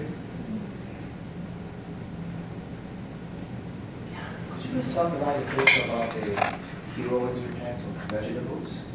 Oh God, this is brilliant. I mean, and this is, so this is really cool. So there's a Bird's Eye Vegetables. They make frozen vegetables. Their PR people came to me and said, hey, you know, we've got this new campaign we want to have. It's called The Wonder of Vegetables. And we were wondering, is there some sort of research you could do that could maybe talk about the wonder of vegetables? Because the thing is, they can call something the wonder of vegetables, but who cares? Okay? But if there's research that's published that says there's a wonder of vegetables, all of a sudden, all their press releases can say, a new study in public health and nutrition said blah, blah, blah, blah, blah, blah. And all of a sudden it gets traction, it gets picked up, and stuff like this. They said, can you do some research about the wonder of vegetables? And I didn't realize this at the time, but I said, really? That's really kind of a dumb thing. I said, because nobody believes vegetables are heroic unless they're vegetarians. I mean, for most of us, we don't even want them on the plate, you know. And I said, you know, that's ridiculous. I think that the best we could ever hope for is to try and come up with some finding that showed how they complement either the meal or how they complement the person who prepares the meal. Because it's never going to take this. The best thing can be is a supporting actor to the main actor. And I'm just saying, that's stupid. But they were at a table, I didn't realize this was this conference call. They were at a conference table like this with all the clients. And I'm saying, that's the best you can do? Ah! And so we did this study, and this was a terrible study. I mean, we did this thing, we wanted to do a study here, they were willing to pay for something here. So we did something, a phone survey, okay? And one of the things I think it was an online survey with a random group. 2 studies, one study, what we did, is what we found is that 2/3 of all meals in America, I'm sorry, 2/3 of all vegetables eaten in America are eaten at dinner time, but only 27% of all meals, dinner meals, have vegetables. So why not, you can make a lot of traction by just bumping that up to 30% or whatever. So we did, part of the study was simply giving people different meal combinations between subjects. They were either vegetables or they weren't vegetables. We had them rate how good they thought the entree would taste. Whether vegetables were accompanying it or whether it's just other stuff. There's balance and stuff. And of course, if vegetables were there, almost everybody rated the main course as being better tasting and stuff. They didn't actually taste it, it's just ratings. And the other thing we did was really cool. Did you ever hear they called it the shopping cart study, where it was done back in the 50s, where they gave people, they were trying to see people's perceptions of,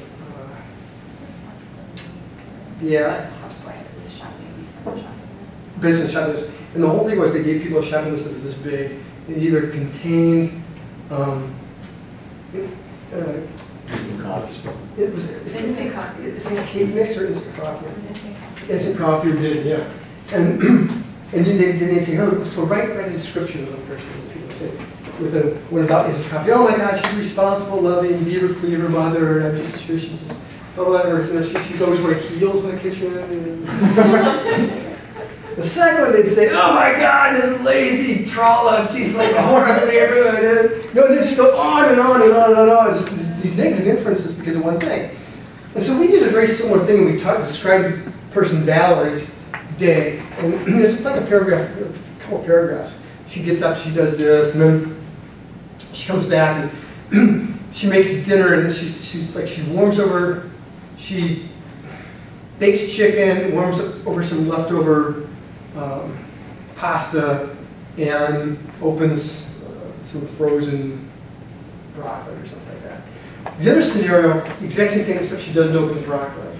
And we ask people to rate these two things, and they're the exact same, except for in this clause if she, opens some, or she prepares some frozen broccoli.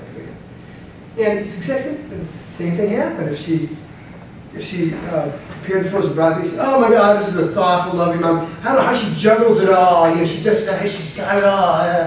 And the other one, they're like, oh my God, this self-absorbed, hateful shrew. And so we did this big press for this, press. And showed, hey, look, if you want to be a better cook and a more heroic parent, here's what you do. Serve a vegetable, any vegetable, because they'll think your entree tastes better, they'll think your chicken tastes better, they'll think you're a better mom. And I know, like, in our lab, I think once we came out with that finding, I only cook once a week on Mondays, but all of a sudden, there hasn't been a Monday in the last year and a half that I haven't made vegetables. I mean, it could be just open peas and overcook them or whatever.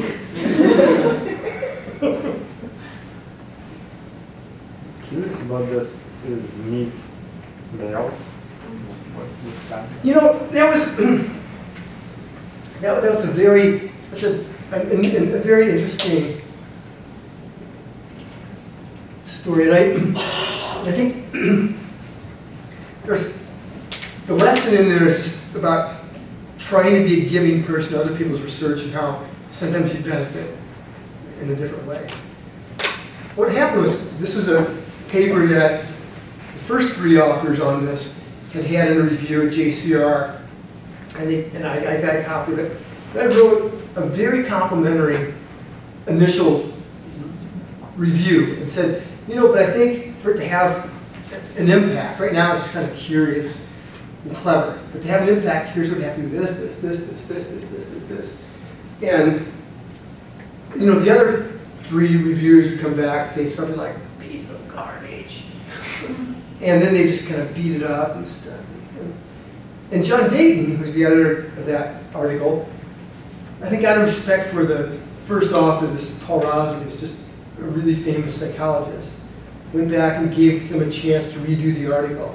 And they redid it, and he did everything all the other people did. They didn't do what I wanted, but they did what everybody else did. They came back, and I wrote this really nice review. It says, this is really great, but it could be so much more. And I don't mean more studies, I just mean it could be so much more in this way. But this went on about 3 times. And finally, John wrote a letter and said, look, this whole time you've been the only person who's been really constructive and offering constructive stuff instead of like, this sucks because of these reasons. He said, what do you think is going to would be the best thing that could happen for this? And I said, the best thing that could happen for this is if it was changed in this way. I said, I think it could be legendary in its impact. In this area, in using metaphors in marketing, and then in this area, in using symbolism to better understand food. So I think its impact could be legendary. And he said, let me talk to the authors, but he said, if you think you know what it takes to make it legendary, let me see if they're willing to just give the paper to you and bring you on as a fourth author if you do every single piece of work from here on out. So yeah, I'd be pleased to. I mean, it took me, I think, 5 solid months though. I didn't mean to be a wimp about it, but it took about, I'd say, it was the main thing. I worked on night and day for about 5 months. So, but I think it just came because I said, oh, I think this could be really, really, really great. Here's exactly how it can be great. At one point they said, well, you know, they can't see it becoming great if that's what you think. And I've heard people bringing on co-authors. This Kevin Niffen, I've had about 4 papers with him this last year. He got his PhD in anthropology. And a lot of us, you know, when we try to find co-authors, we try to find equity. You know, like, oh, I find somebody who will, you know, do a third of the work, and I do a third of the work, this person does a third of the work. But I don't think that's the way very many things move forward. And I'll give you an example. When I was at Wharton, I had these 2 studies on anchoring and adjustment. And I had this co-author who really didn't contribute a whole lot, but I just liked him, and we just like to go out to eat a lot. And he was in Delaware. And so we had this paper, and I mentioned it to Steve Hope one time. He says, Steve goes, oh, you know, I got this little data that I've thrown away, but if you want to, you know, if you'd be interested in using the paper, you know, yeah, I wouldn't mind joining. So we included it. Basically, I would do most of the work, and this one guy would do a little bit. You get to Steve, and Steve would change a couple words or whatever.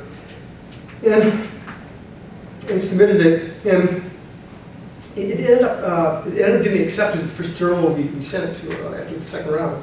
But it came back with a very tenuous letter. I think it's very fence-sitting. And I think Steve called this editor and pretty much says, what are you doing? And I remember my co-author saying, you know, I don't think he deserves to be a co-author because he didn't really contribute. He just gave us some warmed over data and made a phone call. And he said he didn't even put in 5% of the total amount of time in the paper. And I didn't say, are you kidding me? I mean, what he did was what got the paper accepted in a great journal. But this guy was kind of looking at me, yeah, but I think I still work more than he did on it. This thing about this Kevin Niffen, and we'll come up with an idea, you know, I'll maybe collect the data and analyze the data. I'll get somebody else to analyze data.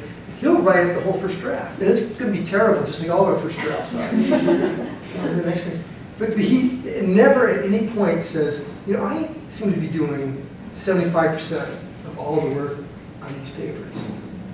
And I think partly because, you know, when you end up getting 6 papers accepted per year, you know, that's worth maybe a lot more work. So I think at some stage, trying to look for that equity of, well, what's this person giving? I mean, you don't want to be taken advantage of, but there's a lot of gifts out there, and it's not always the gift of time.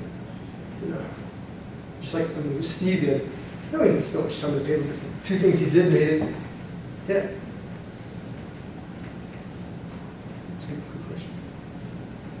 I have a kind of different question. I'm kind of interested in your battle over genetically modified foods, but that paper was like 10, 12 years ago. So yeah, I was wondering, like, have you ever thought about going back to genetically modified food research? Because I'm like, it's a consumer area I'm kind of interested in, not in terms of research, but as a consumer. Yeah, yeah. When I go to grocery stores, I know there's genetically modified fruits and vegetables out there, but why are they, putting labels on them, or what's the push and pull there? Yeah. I think it's just growing up in an agriculture environment and saying, oh, okay, so you don't want pesticides, you don't want fertilizer, you don't want GMO. Here's what you're going to get. You're going to get wormy tomatoes that cost you $14 a pound. And I think just since I kind of saw things from a different perspective, because I hate my agricultural background, I felt this sort of like important to get those ideas out there in a way that wasn't being talked about. Because most people just talk about from the science perspective and not the consumer behavior. Why do people freak out? Why do some people freak out and others not in these situations? And I think, yeah, it's an interesting topic. It definitely does deserve going back to. Yeah. And also you have a paper in 1999 about consumption behavior and interstate travel. And what's that paper? I learned a very valuable lesson there. I had a buddy who was in the geography department. He had a PhD student who wanted to transfer to marketing.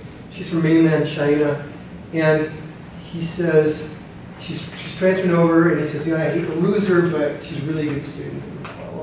He said, but she doesn't have any money to live on over the summer. And I said, okay, well, let me see if I can find a grant, write a grant. And so I found this grant. This is what the grant was from. And wrote it, collected the data. It's an unholy nightmare. I never, I think, do a grant for small amounts of money. Because if it's for $500,000 or $5,000, they both think they own you the exact amount. I mean, they both think they own you. The woman came over, we started the project, it was going well.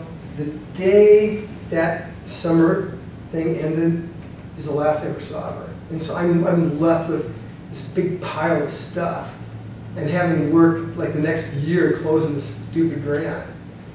And I learned I learned a lot about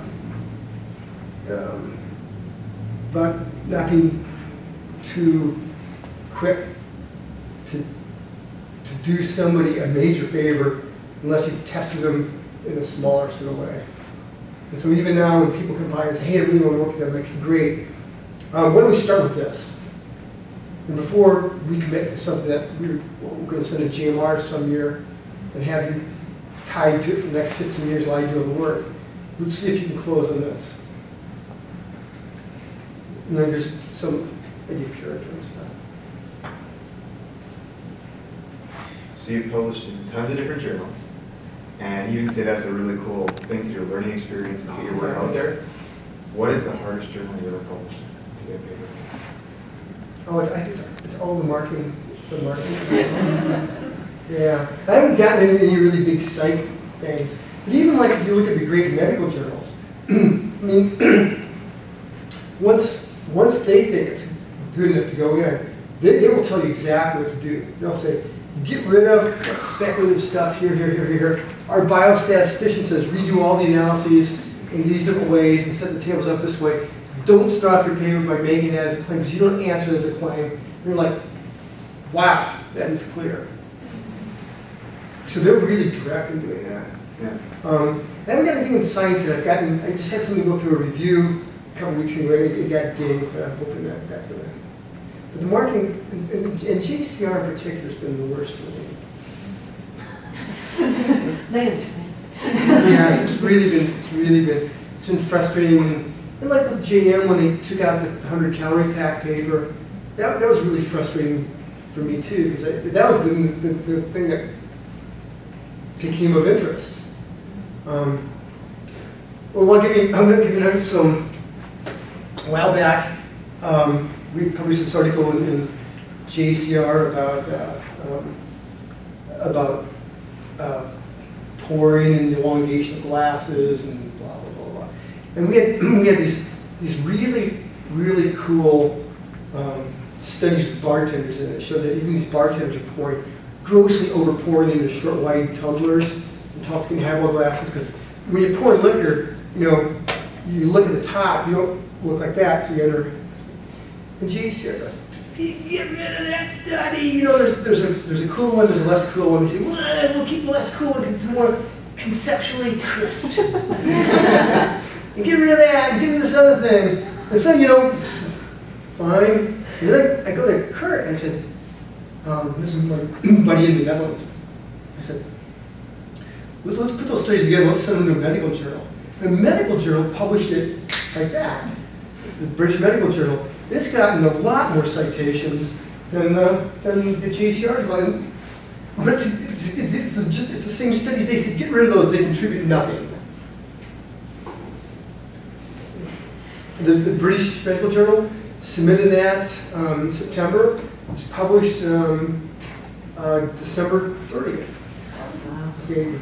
I think the JCR, it went through 3-4 years, maybe 3 years of reviews. Can I ask a question? Given the public impact of just getting the work out there, regardless of, as long as it's in a peer-reviewed journal, so you can get the publicity for it. Given that, given the goal to move consumers, rather than sort of the academic, you know, like whatever it is we try to, the internal, why go through the efforts to publish in VA journals? Why, when they give you that, why to say, you know what, screw you, I'm going to these. I'm going where the impact gets the messaging quickly, and I can get it out to the public faster. Yeah, I think because there's something about us, because the way we're trained, we have some pride, and it's just like people say, hey, why don't you suck in the classroom, because really they don't pay you to teach. But most of us don't suck, not because we're being paid to do it, because we have some. Yeah, but that's just the way the research sucks. I'm not saying that, like, we're talking about good research, and it's just, you know, the terrible review process. You know, you have some personal pride. You don't want to feel like you're letting down your comrades in arms. You don't want to feel like you're the disgrace in the department. And I think partly it's only to keep the sense of legitimacy within the field, because the only conference I go to every year, I've only missed 1 year in the last 24 years, is ACR. And I might not always be happy about it. I might grumble every time I go, and I might, you know, feel like I'm not doing anything.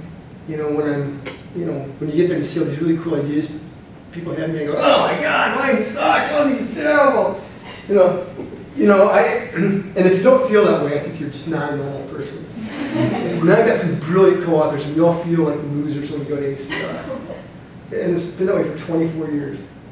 But I think, you know, you don't want to lose, you don't want to have people say, oh, you know, he's currently residing in the Where Are They Now files. So it's still within the field, it's still the, just because that's the field we live in. Just because you want to feel that people still think you're not something. And I had this amazing advisor. I call him every Thanksgiving and thank him for everything he did for me. I call him the day that I got my dissertation and thank him for what he did for me. I flat see him every 2 years. And by the time he was maybe early 40s, he had already been seen as sort of, or maybe by the time he was mid-40s, I should say, he was already seen as pretty much having thrown in the towel. And he's already considered to be kind of irrelevant. And I know I saw him this last summer, and a couple things haven't really choked me up. But one thing was, I had done this thing at MSI a short time early. He says, do people still remember me there? And he'd been a trustee there for a number of years. And then I said, oh, of course they do. He says, do they still talk about me? And he's only like maybe 72. But, you know, to really almost look back at having been at the peak of your field and 30 years later having people think you haven't been relevant. I mean, I think that's, there's a great quote that says, a great artist dies twice. I think the first time probably being when he finds his work is no longer relevant or being appreciated, and then the final time. That's pretty motivating.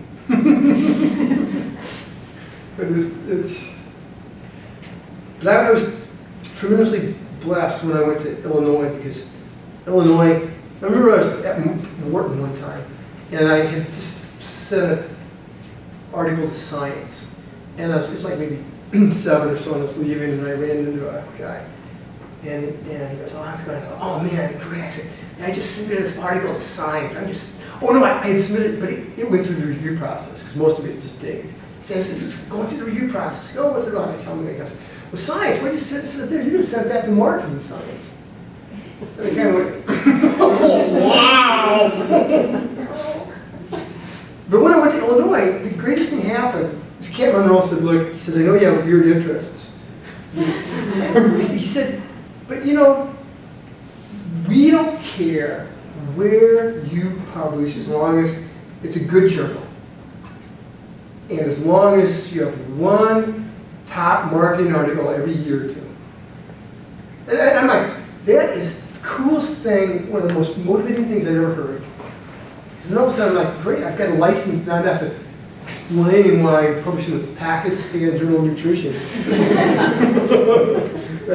don't think that fit in the great journal category though. But I think when you just want to feel you still have currency and relevance in your field. Because I think it's a real fine line between, you know, something and a joke, you know. I have one question on the activism topic, and it's about your personal experience. Like, so there is a chain between, like, let's say you find something that's interesting, and as you discussed, we need basically a chain to like come down to consumer or actually make some change. So do you think, like, disregarding our interest and our training, that okay, we are trained to do this step, do you think that's the most crucial step? Like, if somebody cares about the final outcome and he wants to choose his path or career, would you suggest him to go on the academia and make that first finding, or at some sort of managerial position, some like social activist position? Those are the people who are making the change. Are we actually making the change, or we think we're making the change? Yeah, I think we need to start research with sort of end in mind. Now, the end in mind that most people have is what journals are going to go to. And if they can't figure out how to position to JMR or whatever, they don't really start to begin with. But I think if you say, well, if I start with kind of a relevant question, and as long as I pick independent variables that are identifiable and can be kind of manipulated, you know, package size, quantity numbers on a numerical promotion. And as long as the dependent variable is one that's important to people, well, then I can do the academic thing, and then after it's published, I can do the rest of it. So then you start for the academic, and then after that, then you can spend that 10% of the hours to disseminate it. You can spend that figuring whether you want to tailor it toward consumers or through retailers. And I think almost everything, if the dependent variable is clear enough, like it's sales or it's the happiness or calories eaten or whatever, there's usually at least always two audiences that's relevant for. In marketing, most of them can be, oh, hi, here managers, here's how you can get people to eat healthier.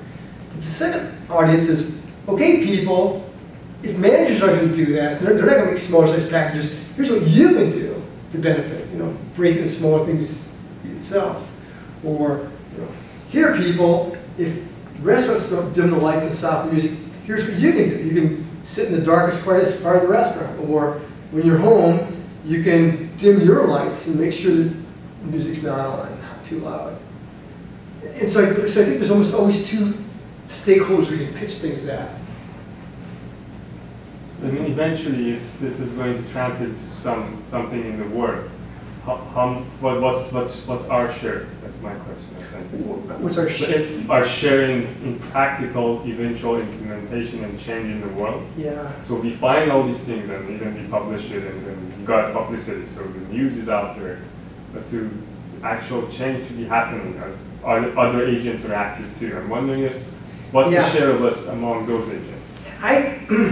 And that's a tremendous question. That's why in the dissemination I also include stakeholders, because oftentimes we're not the best. We can get awareness to things, but we can't sometimes change the glasses that are offered in bars. We need somebody else to do that. And that's why, so part of ours, we just don't, dissemination just doesn't get publicity, but dissemination is, we'll send out press kits, we'll send out, to do, not press kits, but I mean, like how to do thing kits. Like this summer, one of the things we're doing with the student fast food research thing is we're coming up with, we'll come up with a really cool name for it, a kit that we're going to send to all the, there's different titles, like one's the public, the Vice President of Public Affairs, Vice President of Domestic Marketing, this. We're sending it to these 4 officers for all of the top 25 fast food chains to say, hey, look, here's some easy things to think about. You want more ideas? We've got a website here too. Then hopefully some of them will pick it up and start running. And you'd say, well, is that really worth your work? It's like, my guess is that once we start on it, it's going to take 2 weeks, and I can have an RA do most of it. Like an hourly person do most of it. And so then at that point, if nothing gets any traction, it's like the soy stuff never got any traction, and I just got said, I can go to sleep saying I did everything that was reasonably possible for me to do. I could still be going door to door selling soy protein bars, but that's past reasonable. But I just think of this guy who had the book, the strategy book, brilliant book. The guy said, it's not worth it. I mean, it's selling examination copies. It's their job. They should do it. I shall not taint myself. It's like, well, gee whiz, great. Then you just decided how valuable the 2,000 hours you spent on it were. Could you actually talk about your time at the USDA? Like, how did that come about? Was it difficult? Yeah, no, that's a great question. I'll make sure that would be the ones we can probably finish up with. So I had this really, really, really cool experience one time. The University of Pittsburgh has a marketing camp, and they have it at a ski resort. And they have like different speakers, then they have a first speaker and they have an end speaker. And they have a bunch of different. I was the last speaker, drove in. It's snowing out, it's snowing really bad. It's a blizzard coming, I'm the last speaker, and everybody's leaving early, and I'm the last speaker. So I get snowed in there for 3 days. And I didn't bring enough work with me. And at one point, I'm out in the room, the place is deserted. It's like that, what do they call it, The Shining, but they have Wi-Fi. And I with this weird thing, Carl Sagan's always been a hero of mine. He did this cosmology, sort of cosmos thing. And I thought, I wonder what people and academics there are who've had kind of an impact maybe on people like he did. And I can think of a bunch of people like he did, like there's Chicago, he won a Nobel Prize. I can't blank his name right now. Richard Posner, he's a law professor, famous law professor. A bunch of these guys, they won kind of, they had this big impact on people. And I thought, what do they have in common? So I went to their, and read their biographies and just started taking notes about what they have in common. And most of the stuff they have in common is pretty obvious. They weren't dumbheads. They probably worked all the time. They probably had, dysfunctional relationships with everybody they knew. I mean, that sort of stuff. But the one thing they all had in common was, at one point in their life, they all did something really, really weird. But I mean, so weird that you can imagine all their colleagues saying, "What are you thinking, you idiot?" I mean, like Carl Sagan took 2 years out to do these stupid videos. This Nobel Prize winner, God, I'm blanking his name right now. He, for about 15 years of his life, he wrote a column, a monthly column for Business Week. Richard Posner left being a law professor to become a federal judge. He published more as a judge than he did as a law professor. But these people all did something that's real weird. And I thought, wow, I wonder if I would ever see something like that, if I would ever recognize it. And I think having had that experience of thinking about that really kind of made me conscious of other possibilities of doing something different. And I've been making a lot of presentations in Washington about stuff. And at the end of one presentation, this agency director, executive director, came up and said, well, here's this, it was an undersecretary, said, here's what's happening. I've got an agency director who's leaving, blah, blah, blah, blah. It's a government, it's a White House appointment, so, you know, when the next president's elected, the person in this position to be fired, would you consider, your name's been mentioned, do you want to be considered for the next round? And I said, yes, yes, yes. I think I asked my wife and said, yes. And so then I got that for about a year and a quarter. But what happened was, when I called it, it took 4 months to go through my background check. And you can't believe, I mean, they call, you know, they call like ex-girlfriends, they call, you know, people, you know, dinner with, I mean, it's crazy. And what happened was I had this 4 months to set up a plan so that when I got there, I didn't have to say, well, what are we doing here, huh? And the agency, it's a small agency, had 42 people, most of them had PhDs. This is a small agency, but so I had a plan on what I was going to do when I got there. And the first day I got there, it's just like, okay, you guys want to give me briefings? Those are not really briefings. We're going to be talking, and then I'm going to give you what you can do next.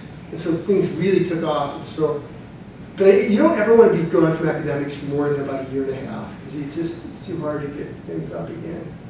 And I know my productivity was cut by about 2/3. And I worked every night, every morning, every other week.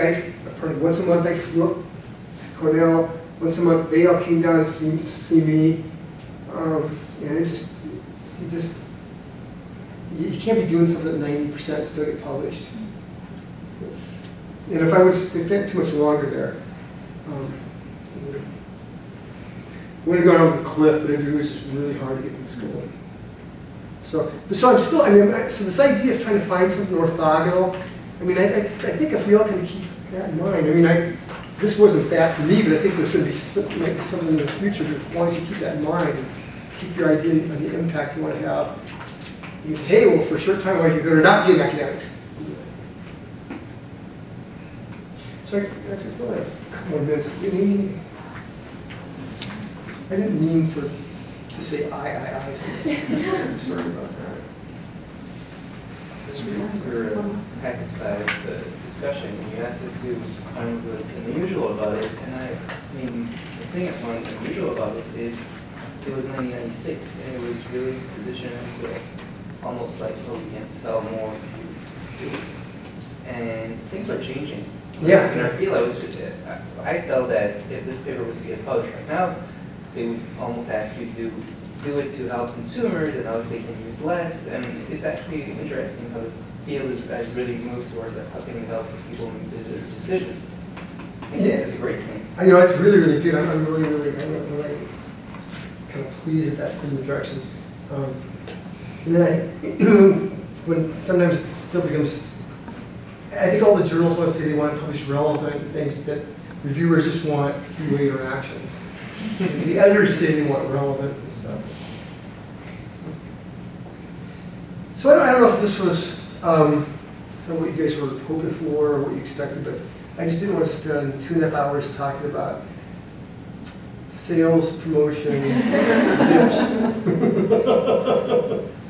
I just wanted to take a minute to thank Brian so much for being here today. I think we all really enjoyed it. I think if, there was a lot that was important, but one thing I think that, obviously the message is about doing interesting work that's impactful, but really nice point about independent variables that you really can manipulate and dependent variables that really do matter to consumers, to managers. I think that's something we often get lost if we just look at individual differences and we look at, what hasn't been done, what's the moderator we can add, what's something, and I think, that in terms of impactful research, but that small takeaway I think is hopefully going to make a difference as we move forward. So. Thank you again. Oh, yeah.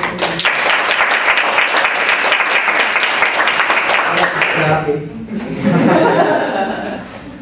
You noticed the sorority thing.